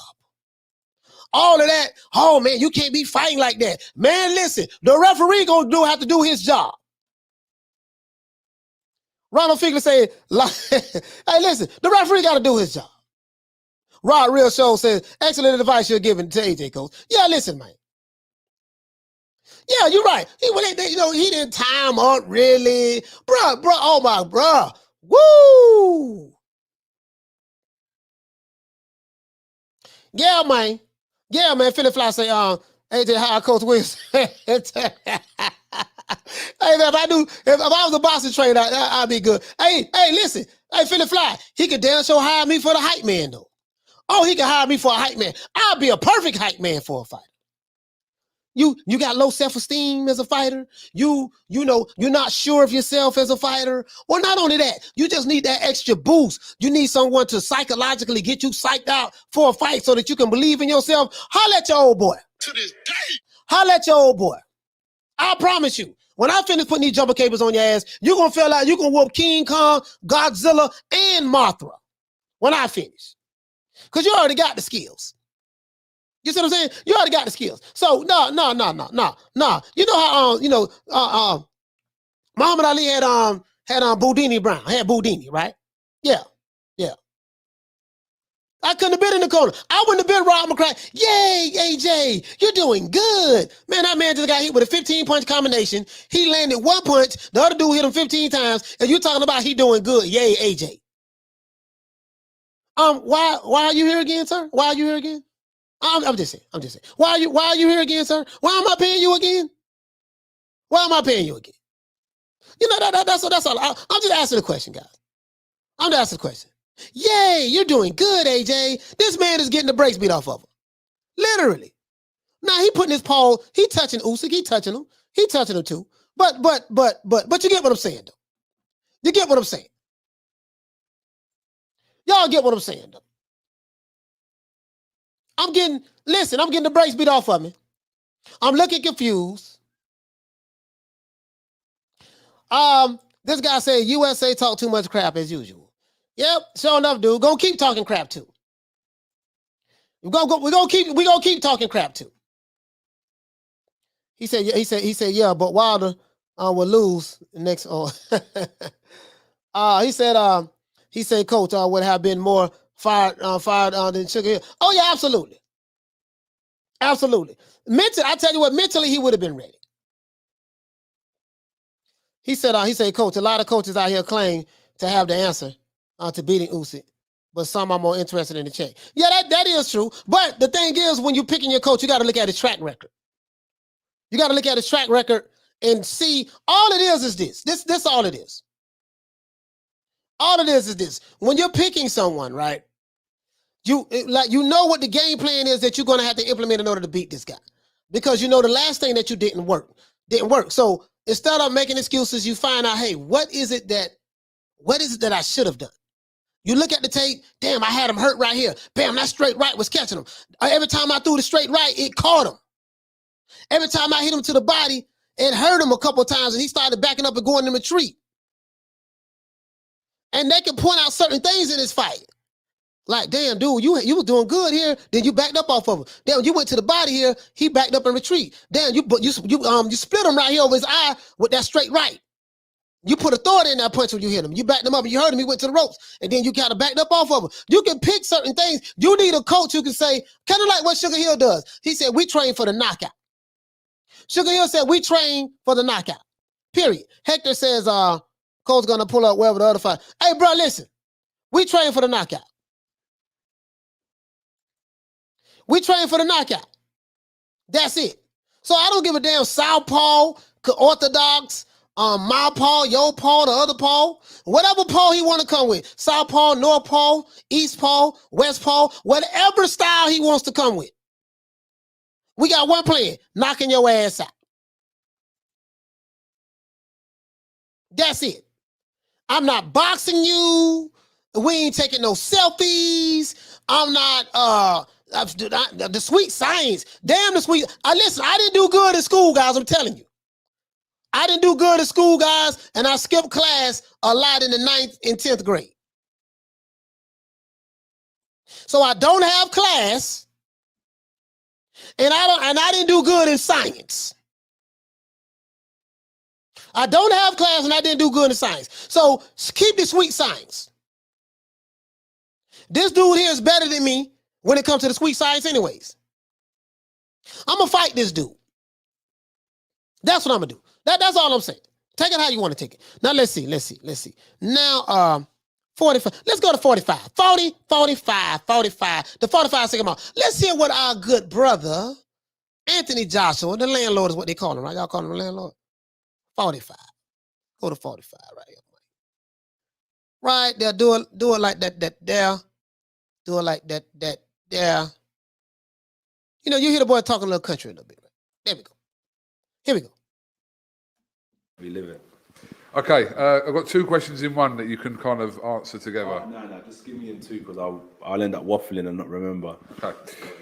Were you impressed by Tyson Fury's win over Wilder, the third fight we're talking about? I know you've addressed the second fight, but the third fight, were you impressed by his performance against Wilder? So you don't want me to talk about the fight as a whole, we're just addressing Tyson Fury, yeah? Tyson Fury, and then we'll talk about Wilder. Fury done really well. For a man that was his first title defense as a champion. It just shows how tough it is being a champion. You know, it shows, to stay there is going to be difficult, but he done well to come through the storm. Sugar Hill in the corner. We've got to fucking give him a round of applause. Do you know what I mean? And where did he get his experience from? Crunk. See what I'm saying? It's important to go out and gain knowledge and wisdom from these guys. So that helped him a lot, that wisdom and experience, that trust. So he done a phenomenal job. Great corner set up. Well done to him. First defense, WBC champion of the world, 2-time heavyweight champion of the world. And it's nice for his wife, his family. His old man deserves it. Do you know what I'm saying? His biggest fucking supporter. I make my family proud. It's good to see him making his family proud. Well done to them. Well done. Obviously, I said Kronk, but obviously Emmanuel. But you see what I like that a lot. I really like that, dog. I'm not even gonna lie to you. He gave Tyson Fury his props. Like, man, and real recognized real. See, a lot of times you got the Tyson Fury fanboys beefing with the Anthony Joshua fans and fanboys, and then, you know, then fanboys of whatever, you know, other fighter. But the fighters respect each other. Because the fighters are the ones in the ring boxing, right? Fury understands the game of boxing. Joshua understands the game of boxing, right? The science of boxing, right? Or whatever the case may be. And I'm gonna tell you something, guys. Well, and I keep hawking on this. What I respect is Joshua understood, damn, this is what I need to do in order to get the results that I need in order to beat Usyk.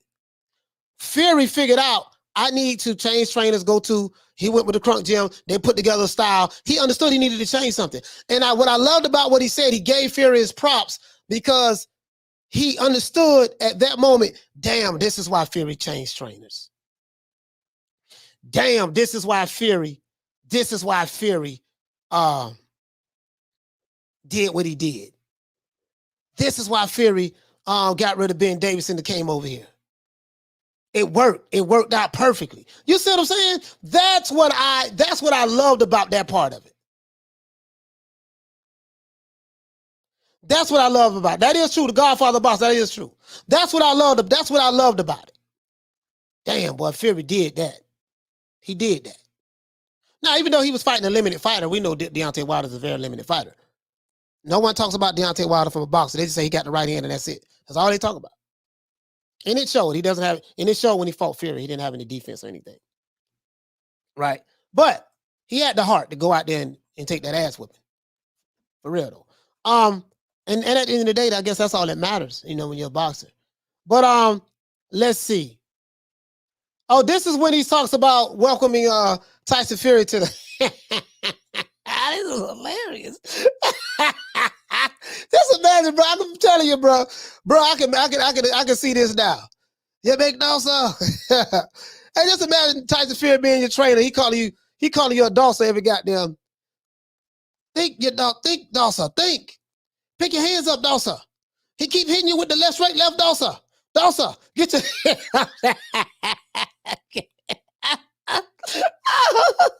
I ain't gonna lie. I do kind of like when Tyson Fury call people dosser. That shit is funny. That's funny. You know. Let's get to it, guys. Let's get to it. I'm just saying, though. Hey, just imagine, bro. 47-43. Okay. 47-43. All right. Hold on, guys. I'm trying to get to it over here so we can play it for you. 47-43. Bear with the old boy for a moment. All right. We'll play it from right there. So yeah, Andy Lee, Sugar Hill done a phenomenal job with Tyson in that third fight. What did you think about Tyson Fury's offer to train you for the rematch? What was going on through your head when you saw that? Yeah, lovely, mate. If he if he takes no money for it, I don't know if he's after a quid or two. He said he'd do it for free, I think. Yeah, mate. Come on. He's more than welcome to come through the door. No, he can even spar with me as well. Yeah. You know what I mean? Like, I need a coach that's lived it, breathed it, so it'll be perfect. That'll be the easiest way to get him in the ring. I'll set up a camera. Eddie will be there as well with a few cameras running on Facebook or YouTube. But honestly, I'm soaking in boxing knowledge. As I said, what I started seeing, I see pictures with like Sugar Ray Robinson, Joe Louis, Rocky Marciano, Archie Moore, Muhammad Ali, all sitting together. Like, they'll be in each other's training camps. And I feel like I've been tucked away, not locked away, but I feel like I've been tucked away a lot. Mate, come into my training camp. Like, come and see what the heavyweight champion gets up to. It's great. It's great. Heavyweight boxing is thriving. So for me, if Tyson can come and watch me train, 100%. Sparring ain't fighting, is it? Do you know what I mean? So you can definitely come in. He's more than welcome to step into the gym and give me some tips and shit like that. I ain't fighting him next anyway, so he ain't got nothing to worry about. You know? Like, he sees it's difficult fighting southpaws. Otto Walling gave him certain problems in the fight. You know, Usyk gave me certain problems in the fight. They're tricky customers, bro, fighting southpaws. They're good little technicians. I always think, you know, I was doing some boxing with my little son the other day, and I was thinking, do I tell him to stand southpaw? You know what I mean? If he wants to get into boxing, because yeah, man. So I kind of like, hey, bro, that I'm telling you, bro, just imagine that Tyson Fury is in Anthony Joshua's training camp, helping train him get ready to beat Usyk. Oh, bro, this is hilarious. Oh my God, just imagine that, bro. Bro, I'm telling, listen. Hey, just imagine him in the corner. Hey, shout out to Retro Boxing and Documentaries. Hey, okay. Hey, man, please subscribe to my brother channel, man. Just imagine him in the corner, bro. Bro, I'm telling you. Just imagine Tyson Fury in the corner talking to him. Listen, he fighting Usyk. You know, he come back to the corner.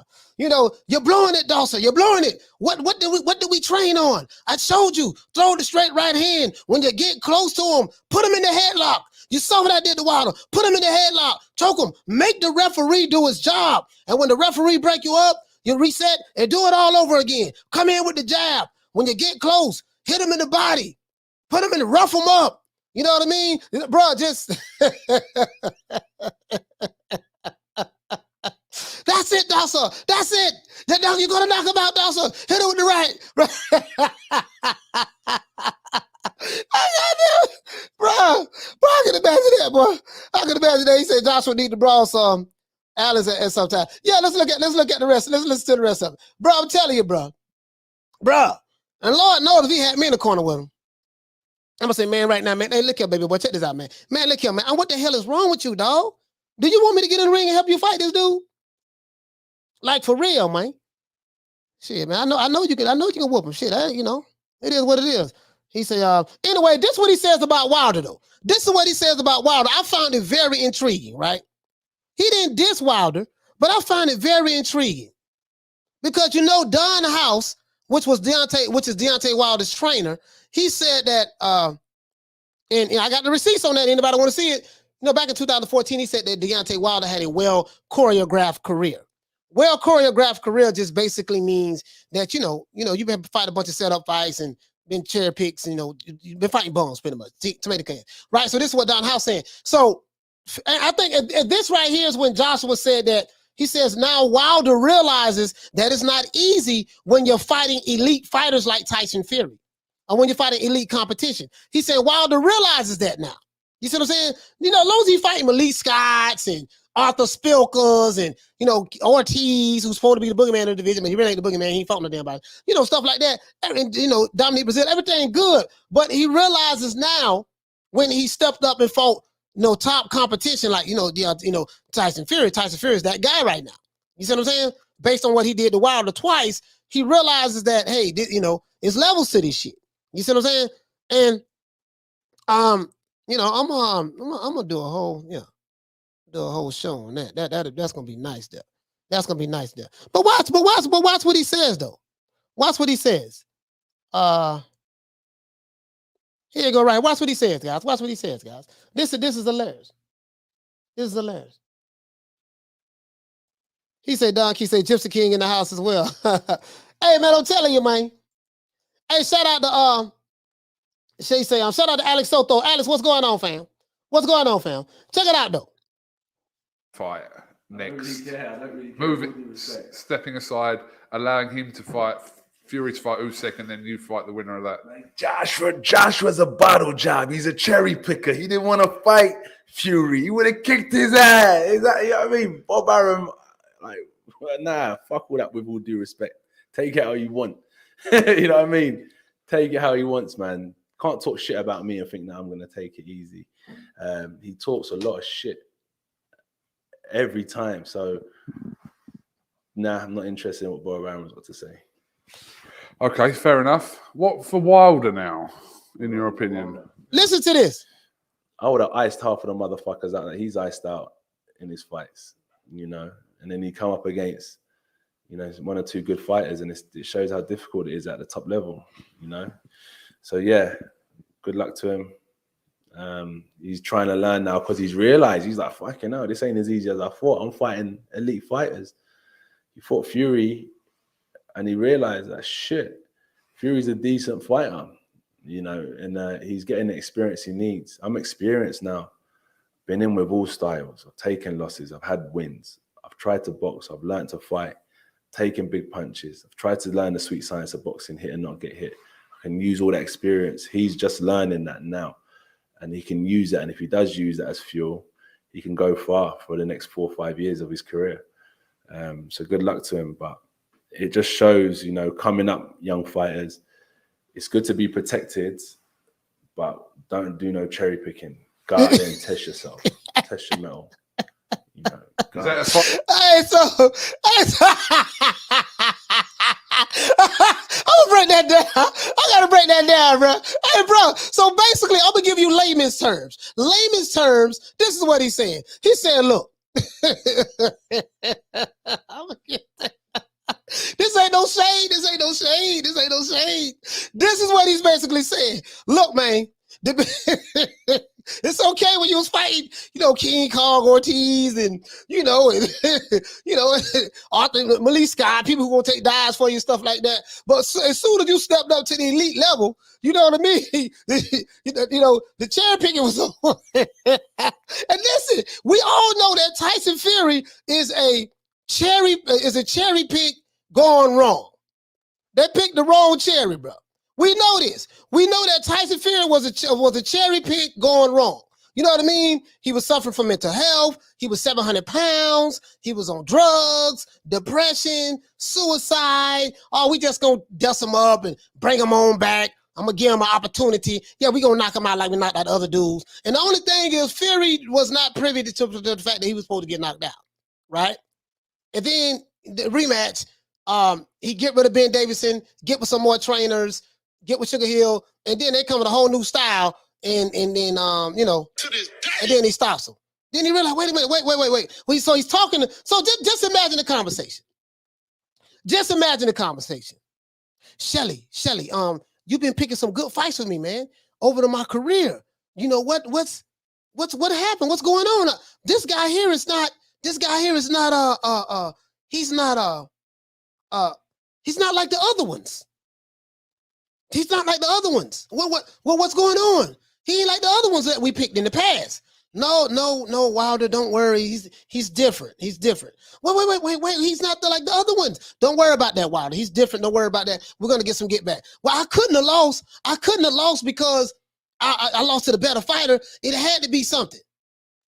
Because what happened was he had so many people around him lying to him. His team, Shelly Finkel and them, did not let them know that, listen, you have a very choreographed career. We choreograph your career. We kept you away from certain fighters. You know, this is how boxing works, right? They didn't tell him that. So Don House, and I got the receipt on that. Don House said that, I can show y'all that receipt. That's real easy. You know, I had that. Don House said that in 2014 at Ellis Setback that he did, you know, that it's a known fact that the brother Wilder's had a well choreographed career. He said this in 2014. This is what Joshua is saying. And I'm gonna let you hear it again. Tell what Boy Ryan was about to say. Okay, fair enough. What for Wilder now, in your opinion? Yeah. I would have iced half of the motherfuckers out. He's iced out in his fights, you know. And then he come up against, you know, one or two good fighters, and it shows how difficult it is at the top level, you know. So yeah, good luck to him. He's trying to learn now because he's realized, he's like, fucking hell, this ain't as easy as I thought. I'm fighting elite fighters. He fought Fury, and he realized that shit, Fury's a decent fighter. You know, and he's getting the experience he needs. I'm experienced now.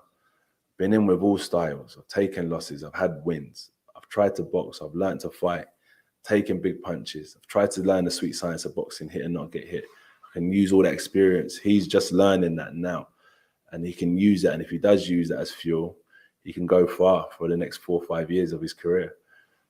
So good luck to him. But it just shows, you know, coming up young fighters, it's good to be protected, but don't do no cherry picking. Go out there and test yourself. Test your mettle. You know. Is that a fight that still interests you, Wilder? Do I have to say? No, you don't have to say. I'm just asking because that was a fight. About me as a fighter.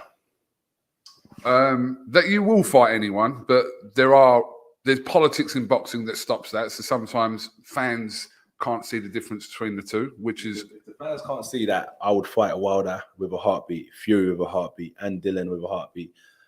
Ortiz with a heartbeat. Anyone that you mention, and I'm not mentioning other fighters because I don't want to fight them, then I don't really want to speak boxing anymore. That's one thing about me and my legacy that I always wanted to remain intact is when it's all said and done, I want them to know whether you like me or not, whether you like my style or not, you'll know that I would fight anyone in their prime, anytime, whether like they're older, younger, middle of their career. Give me a mandatory, not mandatory. One guy pulls out, another guy steps in, no problem. I'll fight anyone. I just love the game. I love fighting. It's a great challenge. And when I'm in training camp, I'm at my peak because I'm isolated from the world. All right, so you heard that, right? So I do kind of agree with that. You know, Wilder is learning how to fight. He never learned how to box, right? So he needs to learn how to box. He got to know how to work his jab. It's a lot of stuff that we see that he doesn't know how to do, right? And that's not no shade. That's facts. He just a one-handed guy. I land the right hand and that's it. And it showed in the Fury fight. So this is what Joshua was saying. Now he understands that hey, it's not like those other guys. You know, when you're fighting an elite fighter, and Tyson Fury is an elite fighter. He's an elite fighter. You know what I mean? He's an elite fighter. When you're fighting an elite fighter, you know, you got to know some shit. You see what I'm saying? And you got by with not knowing. Now you're 36 years old and you're trying to learn stuff that you should have learned when you first started boxing. For some reason, Mark Breland couldn't. Mark Breland couldn't do it. You know what I mean? So, you know. But yeah. Anyways, hold on. Let's go here though. This is another part of the interview too. I see I got a couple trolls in the building. Listen, one troll I had unblock you because I knew you was gonna come over here and contribute. So I'm not even gonna say your name. One troll, I see you over here. You was blocked. I think one of my moderators blocked you. I unblock you because I know you was gonna bring your bitch ass over here. Who that guy is?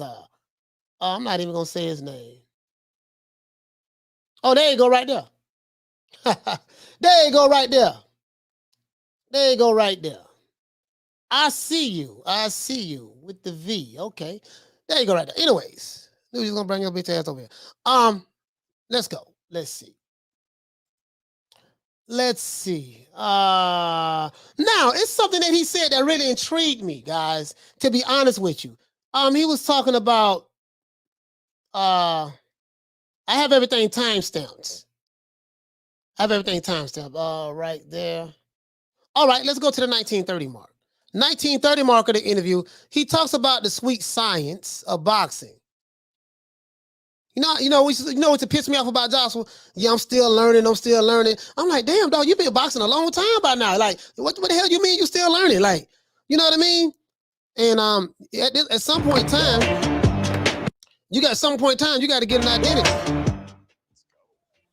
Some point in time, you got to get an identity. You know what I mean? And step up. I mean, at some point in time in your career, you need to know who you are. This is who I am. This is what I'm good at. And this is what it is, right? So, hold on. Let me do this. Is that 19? Hold on, guys. All right, there it goes. There it goes. There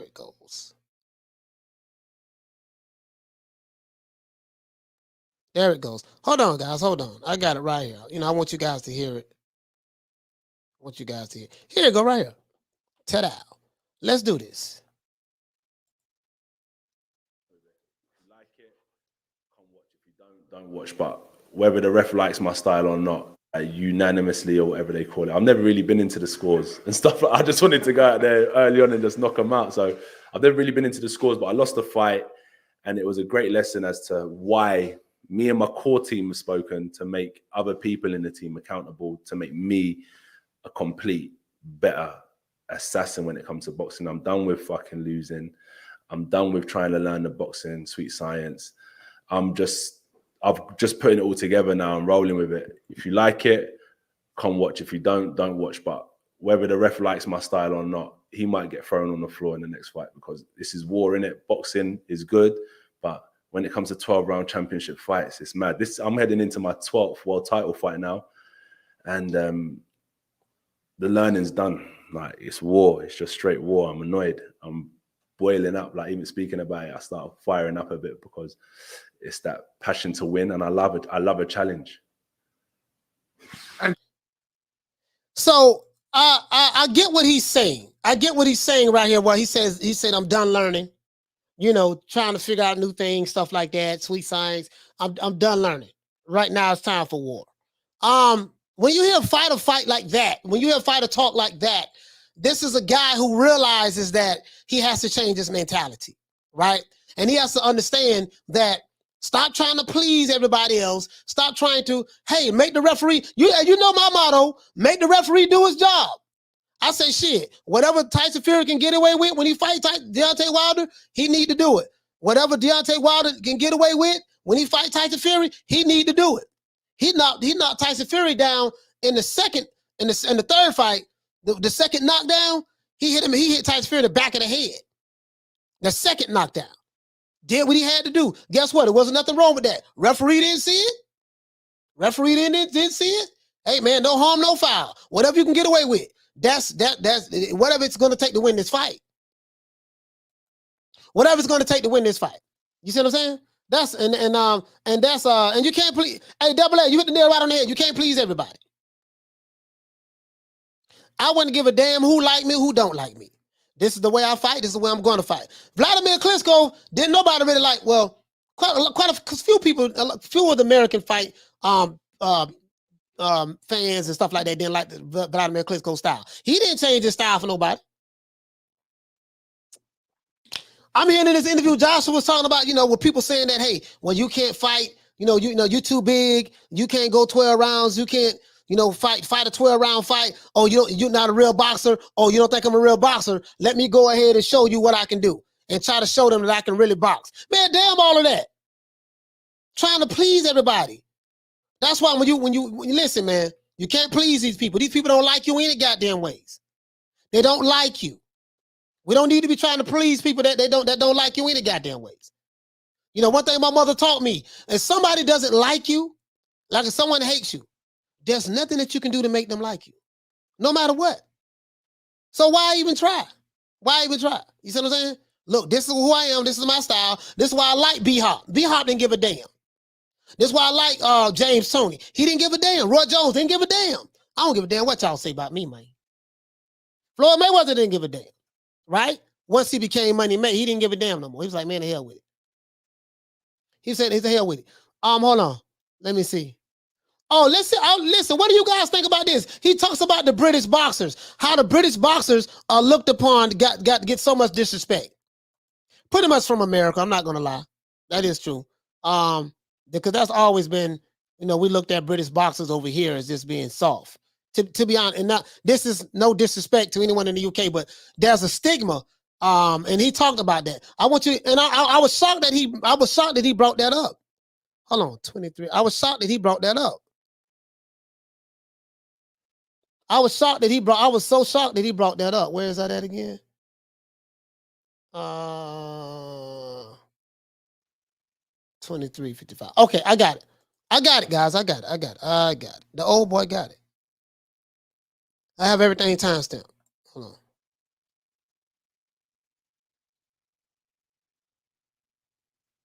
I have everything timestamped. Hold on. There we go. Leon Musa said, AJ, you're doing excellent. Yeah, that just was funny. It's funny now. He said, funny how AJ up in UK while Tyson not even giving an F and they beating AJ while he's down. Hey, the nice guy always get beat down, bro. That's what happens. The nice guy always get beat down. That's how I beat down. But let's see what AJ says about the UK and boxing. Regrets on the situation. As annoying as it is, as pissed off as I am, I can't say I regret it, but I can say I know within myself I should have and I could do a lot more. And I think that's what baffles a lot of people is like, what's this geezer doing? You see what I'm saying? Like, I've seen this guy, but what baffles me is that I really get the credit when I lose. When I'm winning, I don't really get the ratings. I fucking fought everyone. I want to fight everyone because I know how important it is for heavyweight boxing. And I knew how important it is for British boxing as well, especially because We never used to get look-ins as heavyweights. Everyone used to disrespect British heavyweights. The streets, from the street knowledge to the heart we have, to our approach, European style boxing, they never respected. And I said, you know what? Fuck everywhere else. I'm going to represent Great Britain to the fullest and bring big time boxing back to Great Britain. And I worked hard at that. And it was like I always get hate from day one. Josh, remember back in the day, Josh was fake. Do you remember, like from like my first few press conferences, was it Gary Cornish times? People have been onto me from back then. So only until I lose, people are starting, they're like, why did he lose to him? He's a good fighter. Like when I went to the States, it's only then I realized that people actually view me as a half decent fighter, and it's just an interesting demographic of how people view me once I took an L versus how they view me when I'm on top of the world. But it's well, that's amazing. He said once he came to the States, he got an opportunity to see how people view him as a half decent fighter. Oh, and I'm wondering, what is he saying, that the people in the UK don't give him the love? Like I'm trying to figure out what. Let me hear that again. Let me hear that again. I don't want to. Let me hear that one more time, guys. Hold on. I don't want to speculate too tough, but. And I could do a lot more. And I think that's what baffles a lot of people is like, what's this geezer doing? You see what I'm saying?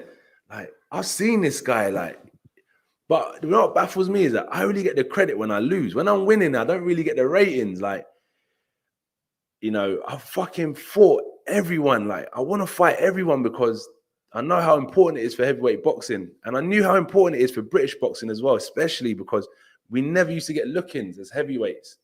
Everyone used to disrespect British heavyweights.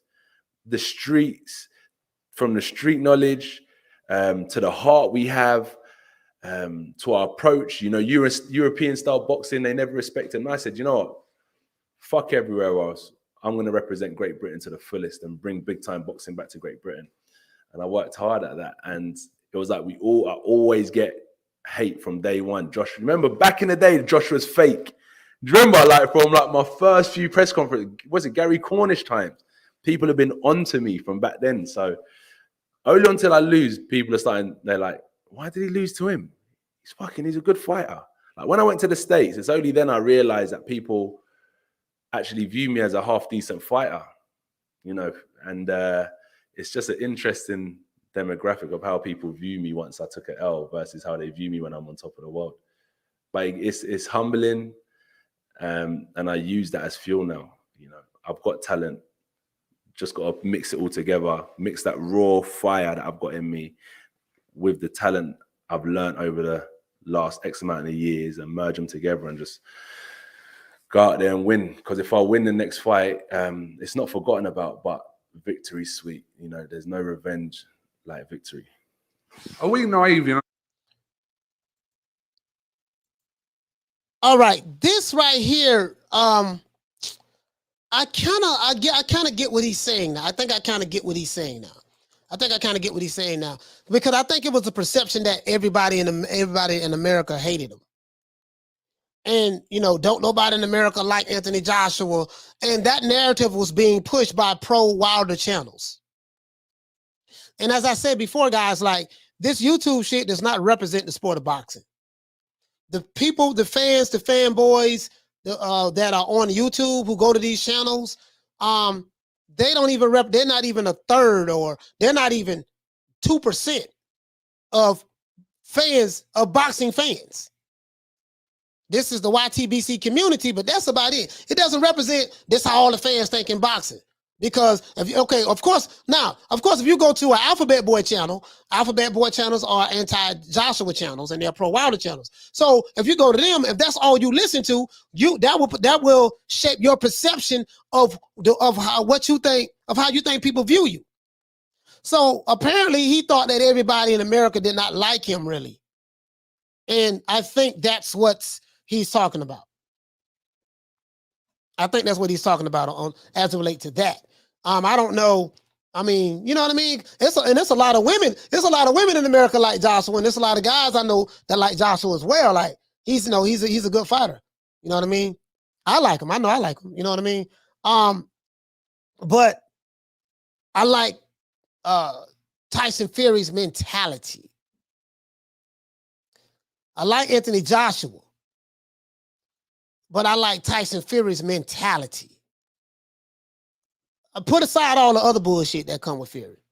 I am not dealing with the bullshit. I'm talking about in the ring. I like his mindset.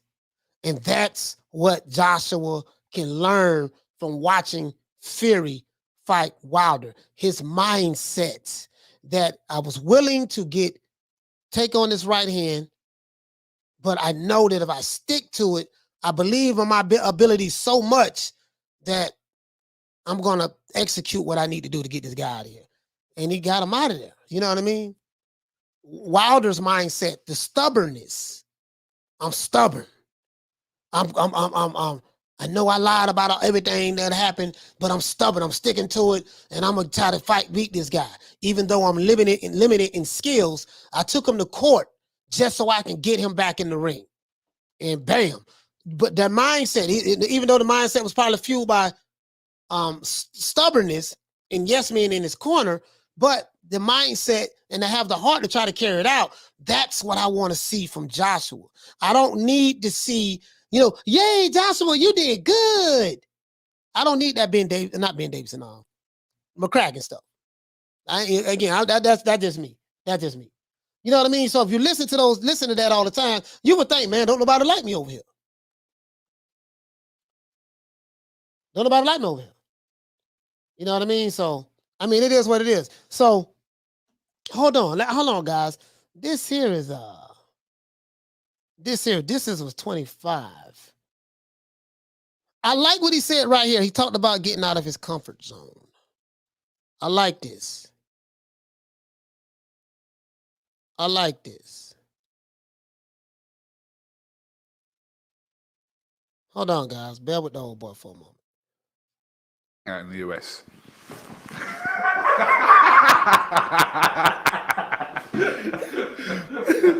Oh, you're funny, Fucking hell. With the new training situation, it's funny because for 11 years, going on 12, 2010 actually is when I got taken up to Sheffield. And I've been in Sheffield from the age of 19 till the age of 32.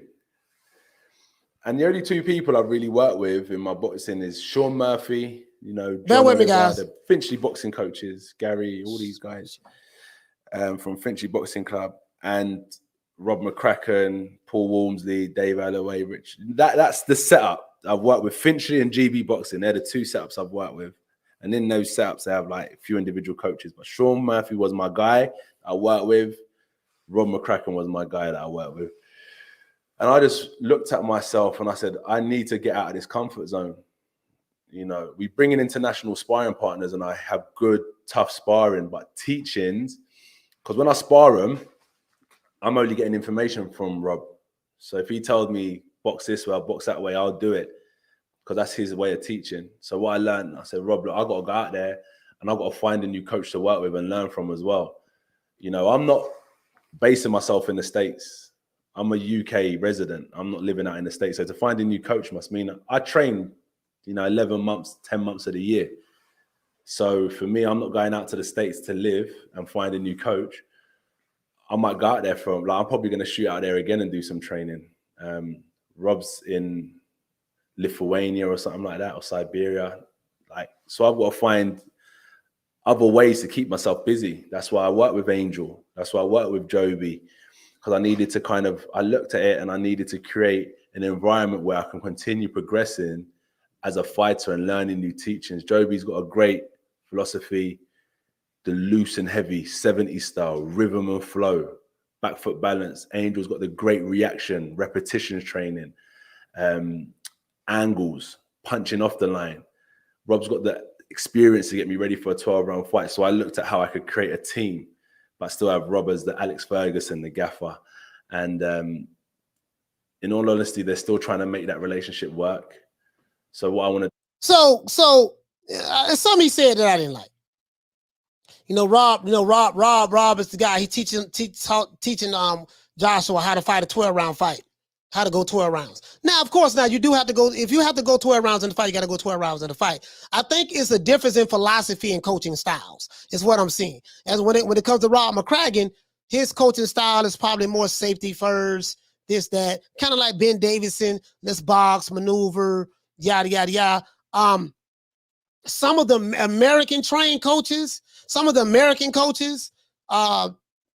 they, especially Sugar Hill, especially Sugar Hill. I'm going to say him specifically. Oh, and I'm going to say, what the other dude name? I'm going to say him specifically, and I'm going to say, what's Canelo Eddie Reynoso. Eddie Reynoso, they train for knockouts. Sugar Hill trains for knockouts. Rob McCracken, he trained you to be a boxer, go 12 rounds and box. When you're a heavyweight, that big, 6'6", 250 pounds, or whatever the case may be, I don't want to be trained to box. And the fighter has to know that. The fighter, shout out to the Queen Commissary. Hey, okay. I'm not pocket watching, but I'm sure AJ is on Rob's biggest check. AJ should be his main priority. Yeah, I totally agree with that. I totally agree with that. Skantz Rent says, oh, okay, I understand. I know you hate Anthony Joshua. You're an Anthony Joshua hater, and that's fine.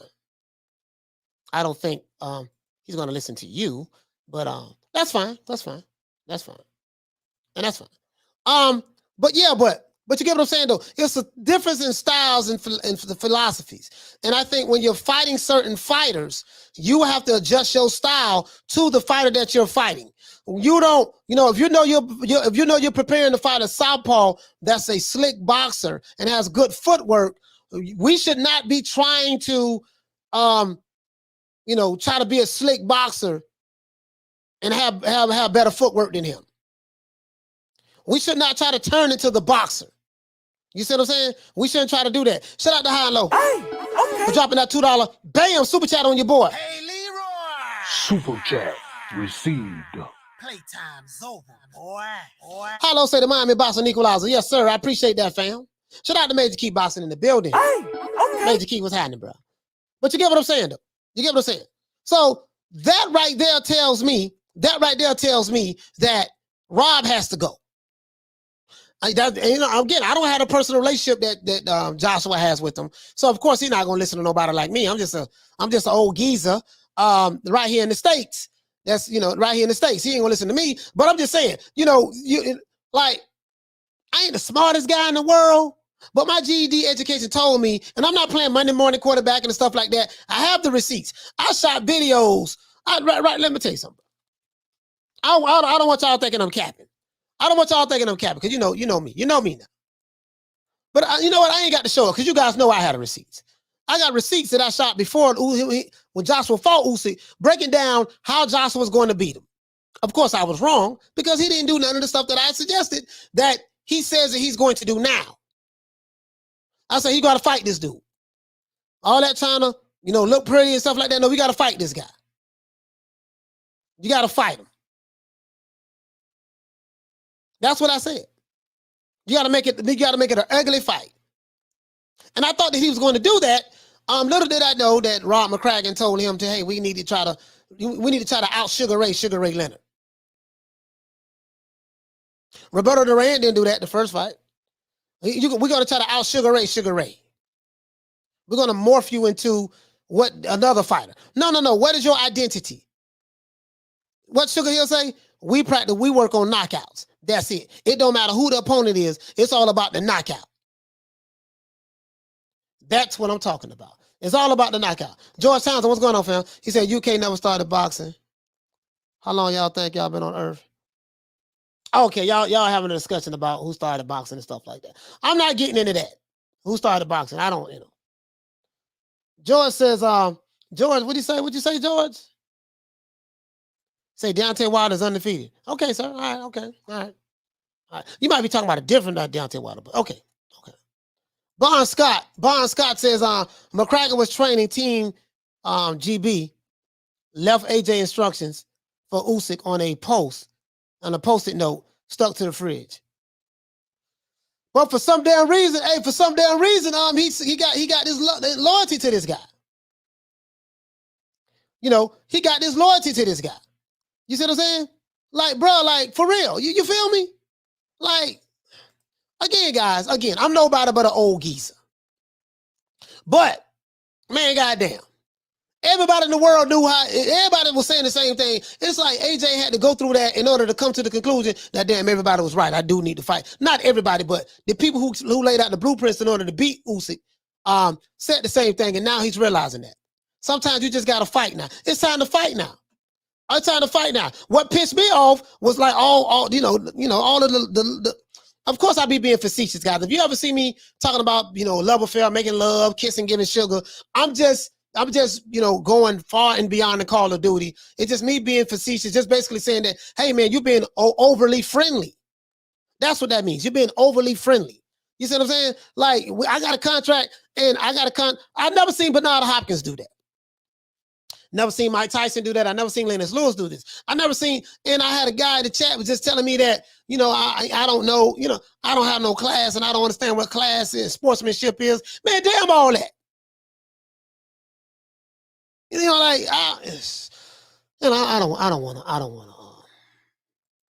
don't want to keep going through that. He said loyalty is a dying thing these days. No, back in the days, we can be loyal. But Tyson Fury damn sure wasn't loyal to Ben Davison. He replaced his ass with the quickness. He say, was it because Rob stood by his side and defended him when he effed up and got arrested? Yeah, listen, Nick, Rich, that's fine. That's fine, sis. I don't know what the backstory between Rob McCracken and Anthony Joshua. I got to do some more research on that. I don't know. All I'm saying is we are loyal. I love you. You been there with me? Yada, yada, yada, right? But guess what? I just got my ass whipped with this game plan that you put together. So I'm going to still be loyal to you. Yeah. This is what my brother and sister in the UK say. I'm going to still be loyal to you. Yeah. But I'm going to be loyal to you while you're on the sideline. I'm going to bring somebody else in to tap in, because I need to put together a monster game plan. I need to bring out that killer game plan. You see what I'm saying? I need to bring out that killer game plan. That's all I'm saying. I'm still loyal to you. You still my dog. I still rocks with you. I still rocks with you. You know what I mean? So, Javante Cheeseburger Dave, what's going on, fam? Hey, okay. I still rocks with you. But right now, I'm going to be loyal to you while you're on the sideline.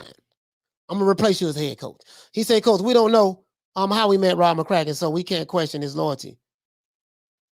But he can just replace with another. But that's all I'm saying. That's all I'm saying. That's all I'm saying. That's all I'm saying. I ain't, listen. I got friends of mine. I'm probably give you a perfect example. I got a friend of mine who hired me to do a job. He ended up firing me. Now, I got mad and all that stuff. I got mad. Yada, yada, yada. He ended up firing me. I got mad, right? If you're new to the channel, please subscribe, hit the like button. If you're new to the channel, please subscribe, hit the like button. I got mad, right? We still friends, but he did the right thing by firing me, right? I'm going to replace you, put you over here. We still friends. I'm still loyal to him as a friend and vice versa, but I just couldn't work for him anymore. You see what I'm saying? I couldn't work for him anymore. That's all I'm saying. That's all I'm saying. Strangeness says that Joshua going to walk from McCracken like Jake walked away from Alonzo on training day. I'm just saying, do what he got to do. Do what he got to do. You know what I mean? Whatever he see fit, but just know he need to change that mentality. I like the fact that he says he's done with losing. I like that. I really like the fact that he says he's done with losing. You see what I'm saying? I really like that. And I like the fact that he said he has a winner's mentality. I really do like that as well. So that let me know that he's willing to do whatever it takes in order to get the job done. Again, guys, I say that he should replace Rob McCracken. Because anybody who come up with a game plan like that, and I'm not playing Monday morning quarterback. I can show you receipts of videos that I've made right before the fight. Remember, I was talking bad about Usyk. Now you talking like he got 5 computers in his head, and he's training with Papa Chenko and Mama Chenko and Daddy Chenko and Uncle Chenko and Auntie Chenko and all the Chenkos. Remember I said all of that?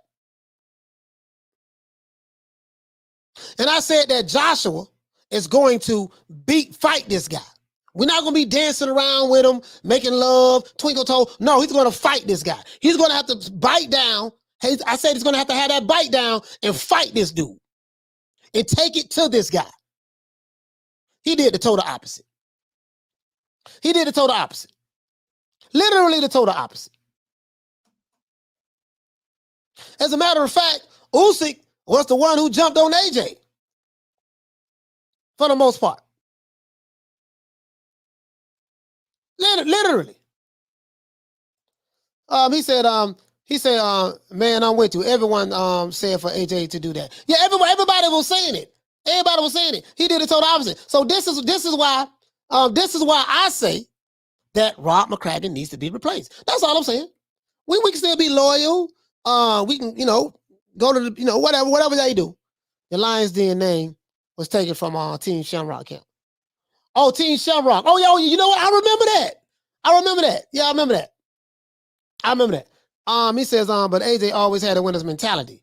You can't beat everyone on his resume without a winning mentality. Yeah, absolutely. You're right about that. I totally agree. Now, if you're an AJ hater, you don't like the guy, there's nothing he can say that you hate his guts. And I get all of that. I don't pay attention to that, but I get what you're saying. I like honest, objective analysis.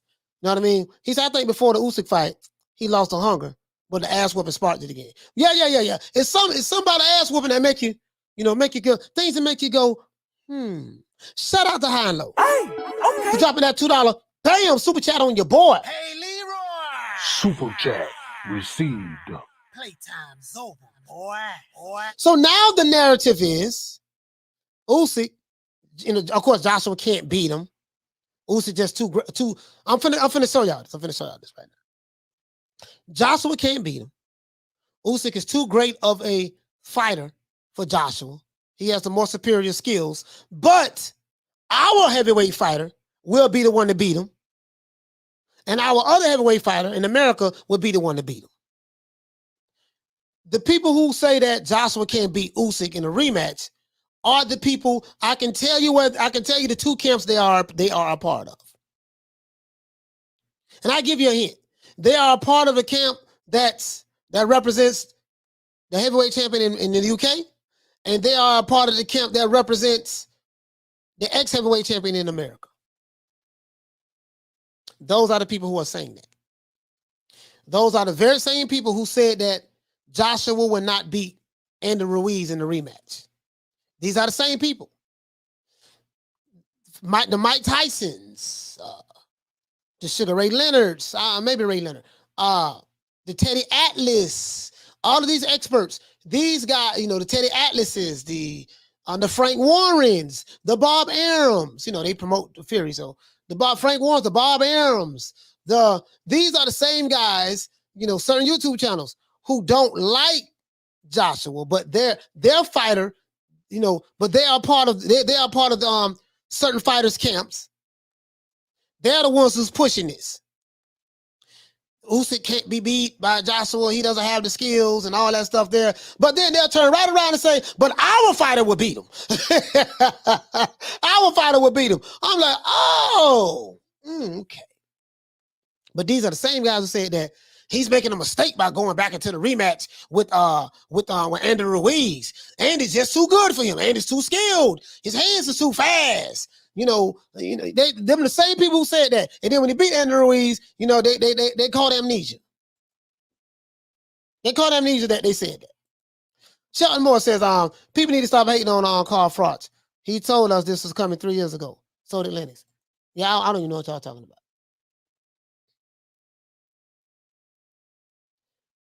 Yeah, you know what I mean? So that's it. That's it. That's it. These are the same people. And I'm pretty sure these are the same people who said that Pulev was going to beat Joshua. These are the same people that said that Vladimir Klitschko was going to beat. These are the same people that said that, said all kind of things, right? And these people are always wrong. Because when they say things, it's not coming from objectivity. It's coming from subjectivity to the point to where I don't like this guy because I'm not promoting him. So when Frank Warren say something about Joshua, I don't like the guy. I'm not promoting him. Bob Arum, he's an equal opportunity hater. Bob Arum hates anybody that ain't signed to him. So he's an equal opportunity hater. I get that to Bob. He's consistent. And he's 90 years old. And he's 90 years old. Right? So it is what it is. He's 90 years old. So that's what that is. So you don't have to worry about trying to please people who don't like you. As my mother taught me a long time ago, before she passed away, she said, son, let me explain something to you. If somebody doesn't like you, there's nothing that you can do to make them like you. So to worry about what a troll says in the chat family, so this is to my family, this is to my family, and this is to my family in the chat. Don't worry about what a troll says. They are here to troll. Let them troll. Don't even worry about it. He said, Coach, you should read out the rankings of Wilder's opponents in his top 10 title defenses. Graham Taylor said nothing tops the excuses around Wilder. Egg Shake Forum said AJ is a beast and always has been underestimated. I think he beats Wilder and possibly Fury. Unfortunately, I think he may not beat Usyk. Charlo says, Coach, according to them, everyone been beating Joshua since the Charles Martin fight. Again, there's no objectivity. If they don't like you, they don't like you. And their analysis on any and everything is going to be stemmed based on the emotion of me not liking you. And that's it. So once you understand that, it's very easy to defend your position or even tear down, destroy their narratives. And that's all I do. That's all I do. I study my enemy. Then I say, okay, I notice a certain trend, a pattern.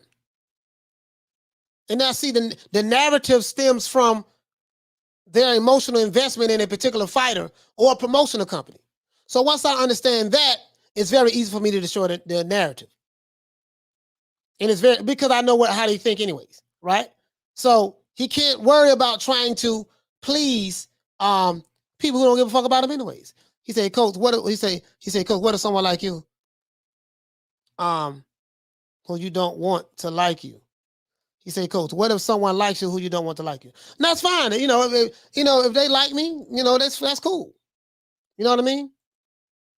But this is the no cap zone over here, and we don't do no fanboying over here. Anthony Joshua's my favorite heavyweight, but I ain't gonna fanboy for him. I'm not a fan of Deontay Wilder, but I'm not gonna take anything away from him neither. I'm gonna call it as and even Fury. Not gonna take anything away from his accomplishments and his boxing skills. I try to call it right down the middle. Even Canelo. Right? Hell, even my guy, Crawford. So I only got like 4 or 5 videos on Crawford, and I have almost 400 videos. You see what I'm saying? So this is what it's all about. You can't try to worry about pleasing people who put certain narratives because they're pushing a narrative for a reason. So don't worry about it. Don't worry about them. You got to keep it going. Shelton says, he said, Coach, I was saying that 3 years ago. Fraudton Lewis said that AJ needs to go to the States and get some seasoning. Yep.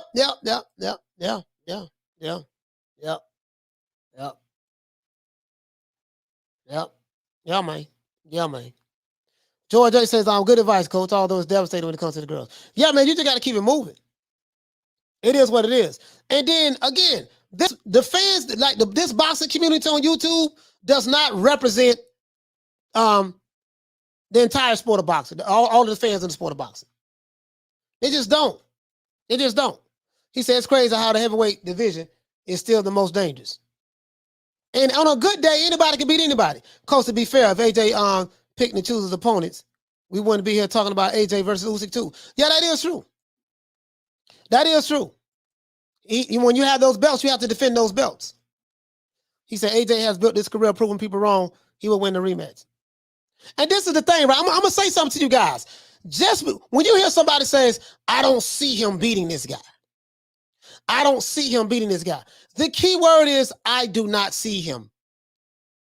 Just because you don't see it doesn't mean that this guy, that he can't beat the guy. Perfect example. I said that, man, I don't really see how Caleb Plant can beat Canelo Alvarez.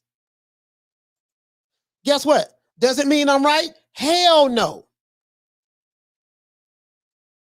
Does it mean I'm right? Hell no.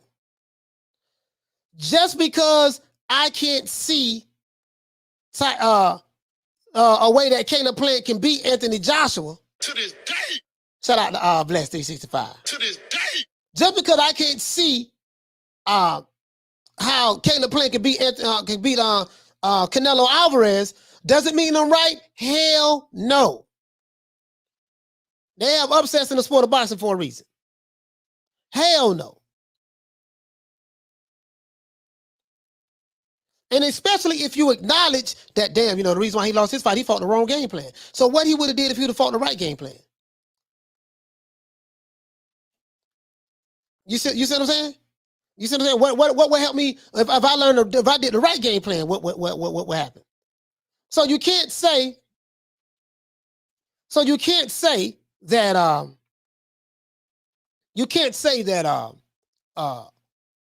a person won't be able to win because of the outcome of a first fight. You can't say that. So don't worry about the trolls. Don't worry about the negative people. Don't worry about what people say. If you live your life worried about the they sayers, you'll never accomplish anything in life.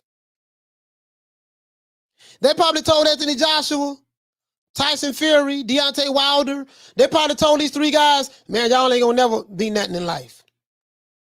I even had a guy tell me, oh man, Anthony Joshua is nobody. He's a convicted drug dealer in the UK. He's a convicted drug dealer. This was a Tyson Fury fanboy. He told me this. He's a convicted drug dealer in the UK. When he was 18, he got convicted of drugs. And I said, sir, I said, sir, this man turned his whole life around. Is the richest heavyweight in the sport of boxing right now. He's the highest paid heavyweight in the sport of boxing right now. He's worth like 100 billion pounds right now, something of that sort. And you hate Joshua so much that you're talking about him being a convicted, he got caught with some weed or something in the UK. He's a convicted drug dealer. He ain't nobody. He's a piece of you know what. This man turned his life around from that to become one of the top fighters, two-time unified heavyweight champion of the world. And this all you can say? He said AJ has 20. Shout out to Sporting Icons. Hey, okay. AJ has 26 fights, far less than Fury and Wilder with 12 title fights. Multiple mandatory defenses, unified twice, with more than 10 wins than anyone else. How can people say he's no good? Well, when they don't like you, Sporting Icons, that's the route they go. But a guy told me this. Guy told me this. He's a convicted drug dealer. And he didn't even look at the fact that his bias and hatred towards Joshua, he didn't even look at the fact that, that man overcame all of that and look where he's at now. That man overcame all of that and look at where he's at now. Look where he's at now. He overcame convicted drug dealer, right? Since that's what the guy threw up in my face. The highest paid heavyweight in the sport of boxing right now. Facts. Sport of Icons, salute to you, my brother. Hey, okay. Salute to my brother, Sport of Icons. Thank you for stopping by. I watch his content every day. Sport of Icons, he's real good. He's real good. He's real good. He's real good. It's a few channels I listen to every day. If I don't get the lives, I get the playbacks. It's only a few. It's only a few. You know what I mean? It's only a few. But yeah, but you get what I'm saying though? You get what I'm saying though? He said AJ has been fighting scared since the Ruiz loss. Okay. Let's see. Peter Von Ark says salute Grant. Oh, that's somebody else. Javon Soto said they be acting like weed is some crack or something. Even if it's weed, even if it's crack, whatever. The point is this guy. See, this is what a hater does. A fanboy is a hater too. This is what a fanboy does, right? And this is why I don't like them at all. I don't like them at all. Because I'm an objective individual and they are the total opposite of that as it relates to me. You want to try to be as fair as possible. Even if you don't like the fighter from a personal standpoint, you want to try to be as fair as possible and call it right down the middle. Because that's what it's all about. That's what it's all about, right? So the man has overcame obstacles. Tyson Fury has overcame obstacles in life. Deontay Wilder has overcame obstacles in life. What I'm not going to do, I'm not going to diminish someone that has overcame something in life and reach heights that no one even thought that they would reach. And to have a bum or a fanboy turn around and try to tear the guy down all because he is a fanboy of a particular fighter, but he was a failure in life himself. I'm not going to get on board with that. That's all I'm saying. I'm not going to get on board with that. I get it. I'm not going to get on board with that. I'm not going to do Wilder like that, nor Fury like that. Or AJ like that. Or any fighter like that. Bernard Hopkins came from nothing. B-Hop did time in the pen. Came home, I think he lost like his first or second fight. Something like that. He lost a fight early in his career. Guess what? He proved them all wrong. James Toney, he proved them all wrong. Hell, Mike Tyson, even though some of his fights were questionable, he proved them all wrong. Right? And then you got some fighters, they come from a middle-class neighborhood community, like Sugar Ray Leonard. He steps in the ring and proved that, yeah, I might not have came from poverty, but guess what? I can fight. He proved them wrong. Marvelous Marvin Hagler, my guy. Marvelous Marvin Hagler, I was a fanboy of this guy. Marvelous Marvin Hagler, man, when I done a lot of research on him, this man had a construction job and was boxing. A construction job. Imagine working construction. Waking up in the morning, going to work 8 hours a day in a hot ass sun, doing that manual labor, leaving the job, going straight to the gym, training, getting ready for a fight. Marvin Hagler had 40-something fights before he had a shot at the title. So I love when fighters come from nothing or have those type of stories. Floyd Mayweather Jr., when his dad went to prison. I remember I've been following Floyd Mayweather Jr. for a long time. I mean, I follow his uncle, Roger, his other uncle, Jeff. I watched fights when Floyd Mayweather Sr. fought Sugar Ray Leonard in the 70s, watching those old films and stuff like that. Came from nothing. He literally came from nothing. So I don't like when a fanboy try to tear another man down because, okay, it's one thing not to like the guy, but to say, oh, he's nothing. He's a convicted drug dealer. Everybody got a pass. That same guy who was trying to tear Joshua down, talking about he got caught with some weed, I'm pretty sure he got something he ain't gonna come on the internet to talk about. But that's what these fanboys do. That's what these fanboys do, right? And that's why I detest them. I do everything in my power to make them unsubscribe if they subscribe and leave and block themselves. I do everything in my power to make me hate their guts by telling them that I hate you and I cannot stand you. They come back every day because they come back every day. I'm about to start abusing them again like I used to. So I tell you what, I got some sticky icky over here, so I got me some sticky icky. But I love Marvelous Marvin Hagler. I love the Marvelous one. I love Pernell Whitaker. Of course, Ali. Sugar Ray Robinson. Mike Tyson. Roy Jones. Just to name a few. Got some more I love as well. Got some more. He says they love coming back, Coach. Yeah, they do. They like the old boy. He said, Coach, Mike Tyson versus Logan Paul next year. What do you think? That's a money grab. That's somebody get. I'll fight Logan Paul. I see this troll right here. This dude here. Yeah, I'll unblock you, troll. Let me see who this dude is. Who this dude is? This dude right here. Put you on the wall of fame. Put this troll on the wall of fame. This dude right here. I'll block you. I think one of the moderators blocked you a while ago. I had unblock you. I thank you for being over here all this time. I really do. Appreciate it. I'm not going to block you. Let you stay right here and contribute to the old boy. This is the troll right here. He's a diehard fanboy. He loved coming over here. I unblocked him though. I unblocked him. Yeah, man, I unblocked him. Anyways, what we're gonna do, guys? Tomorrow, 3 o'clock Eastern Standard Time, we're gonna be back. We're gonna make it do what it do, and you know how we do it. Remember, I'm gonna lay something heavy on y'all before we go. Anybody who's struggling and going through anything in their life, understand that failure is a part of success. Understand that in order to succeed, you're going to have to fail. And in order to gain something, you're going to have to lose something.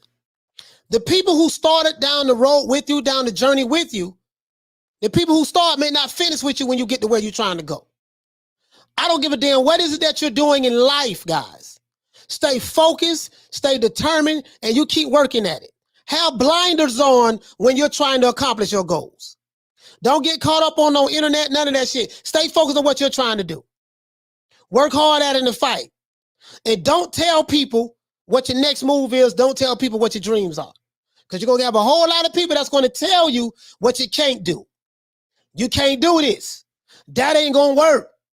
Oh, man, I don't know about that. They're going to sow the seeds of doubt in your head to the point to where they're going to have you doubting yourself. Right? Or as my brothers and sisters in the UK would say, yeah, that's what they would do.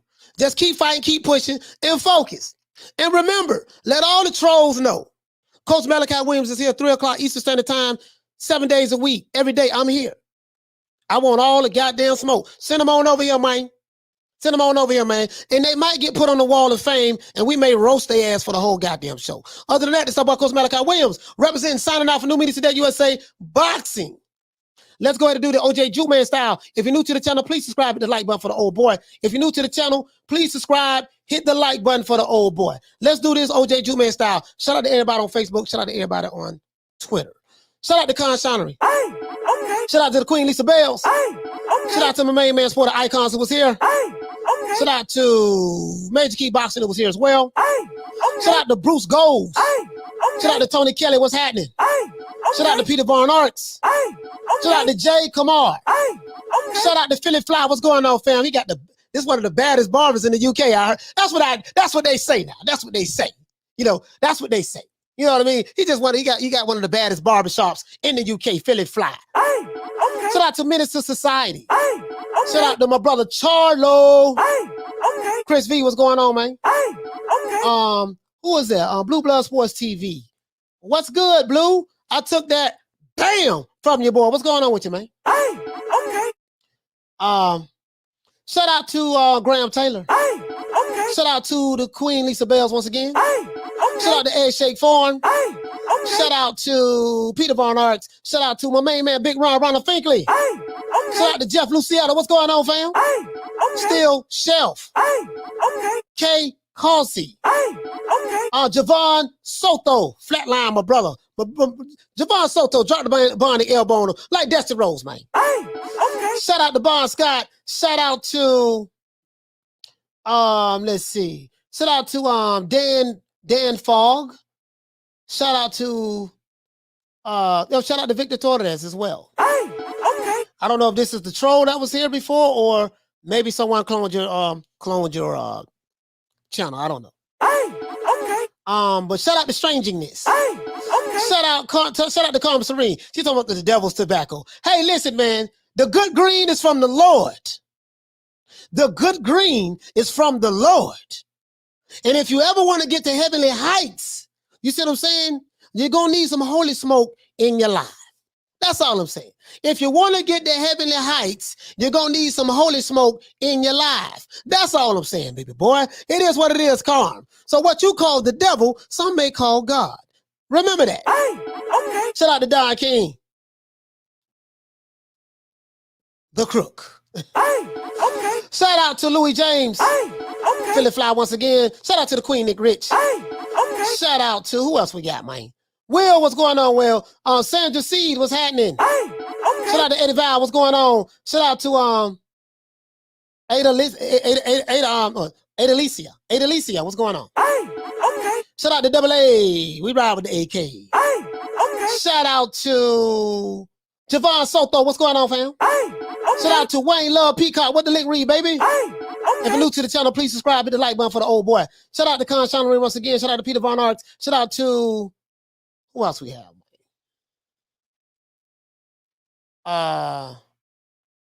Let's see. Shout out to Mike London. What's going on? Hey, okay. Victor Torres. I think I confused you with somebody else, brother. There's another guy who used your avatar and said some crazy stuff that was trolling. I thought it was you might be the real one. You might be the real one. I'm sorry about that. Hey, okay. Shout out to Chris V. Shout out to Bruce Goals. Shout out to Paul Evans. Salute to Paul Evans. Hey, okay. Salute. If you got an edge, if your edge go way back here, your hairline goes way back here, you salute like this. Salute. Shout out to Eddie Val, man. Shout out to Rob, Real Shows. Hey, okay. Bob Scott once again, man. Shout out to Paul Evans. Shout out to let's see. Graham Taylor, what's going on, fam? Hey, okay. I am Dave. What the lick read? Hey, okay. Big Ronald Finkley. Shout out to UGC Flame in the building. Hey, okay. Let's see. Jonathan Simon, what's going on, fam? He said, Coach, you learning? Yes, sir. Learning. I'm on the 47th chapter of this book right now. Hey, okay. Shout out to Gordon Chuck. Hey, okay. Shout out to Tony Kelly. What's happening, bro? Hey, okay. Shout out to let's see. Shout out to Double A. Shout out to Philly Fly. Shout out to the Queen Lisa Bells once again. Once again, my apologies to the Victor Torres. There's someone that used your name. I had them blocked, but I blocked them, and I thought it was you. Sorry about that, fam. Hey, okay. Shout out to players mess up sometimes. Hey, okay. Shout out to Open Door. What's going on, my brother? Shout out to George Townsend. Shout out to Javante Cheeseburger Davis. Amen, amen. We're going to put some respect on Javante Davis' name, man. To this day. We're going to respect it. True. Shout out to AJ Forum. Shout out to the Queen Nick Rich once again. Shout out to Tony Kelly. Shout out to Arthur Hawkins. Shout out to Makey Makina. Shout out to Makina Ellis. Shout out to Eddie Val in the building. Shout out to my main man on Retro Boston, the documentaries who was here. Rebuttal Entertainment. Shout out to Lou Peterson. Light-skinned Lou, Lamont Peterson's brother, man. Salute to that brother. And salute to all them boys in the DMV area. Them boys over there in DC, man. I'm going to tell y'all a DC story in one day, man. Tell y'all a DC story one day. One day I'm going to tell you a DC story, bro. Hellified. Them boys from DC, something else, man. Shout out to Dr. Smith X. Hey, okay. Shout out to Norm. Is that Norm from Cheers? Hey, okay. Right, Real Shows. He says, there's two Victor Torres. Yes, I might have got you. Yeah, there's two, bro. There's two. Trust me, there's two. So I got you mixed up with the other guy. My apologies, my brother. My apologies, fam. I was wrong. I apologize. Shout out to Gordon Chuck. Shout out to Wayne Love Peacock. What's going on, fam? George Jakes, what's happening, bro? Let's see, who else we got? I think we got everybody, man. If you're new to the channel, please subscribe, hit the like button. If you're new to the channel, please subscribe, hit the like button. Once again, James Hickey, what's going on, fam? I want to make sure that I give everybody shout outs because you guys took the time out to rock with the old boy. And also, I'm going to give you guys a round of applause because you do deserve that. I look at you guys as family. Shout out to Steel Shelf. Shout out to the Queen Bless 365. I almost forgot you, Queen. The stickiest of the icky. You want to smoke with the old boy Rick James? That's what I'm finna do right now. Shout out to the Queen, Bless 365. Hey, okay. Shout out to Steel Chef. Shout out to Bon Scott. Hey, okay. Shout out to Emmanuel. What's going on, fam? Hey, okay. Shout out to AJ Fanboy. What's happening? You're gonna have to watch the replay game, man. We have to watch the replay game. Shout out to the Fight Doctor. Once again, it's our boy Coach Malachi Williams signing out. New media today, USA Boxing. See you guys tomorrow, man. Don't meet me there, beat me there. AJ Fanboy, salute to you, man. We're gonna have a damn good show tomorrow. Don't meet me there, beat me there. See you guys tomorrow. Also, check out the merch, man. The merch, man. New media today, USA boxing.store. Go check the merch out, man. Other than that, I'll see you guys tomorrow, man. Salute to everybody on Facebook, salute to everybody on Twitter. And we have the podcast going. And I'm gonna holler at y'all. See you guys tomorrow, man. Peace. Man, I'm out of here, bro. Let's go.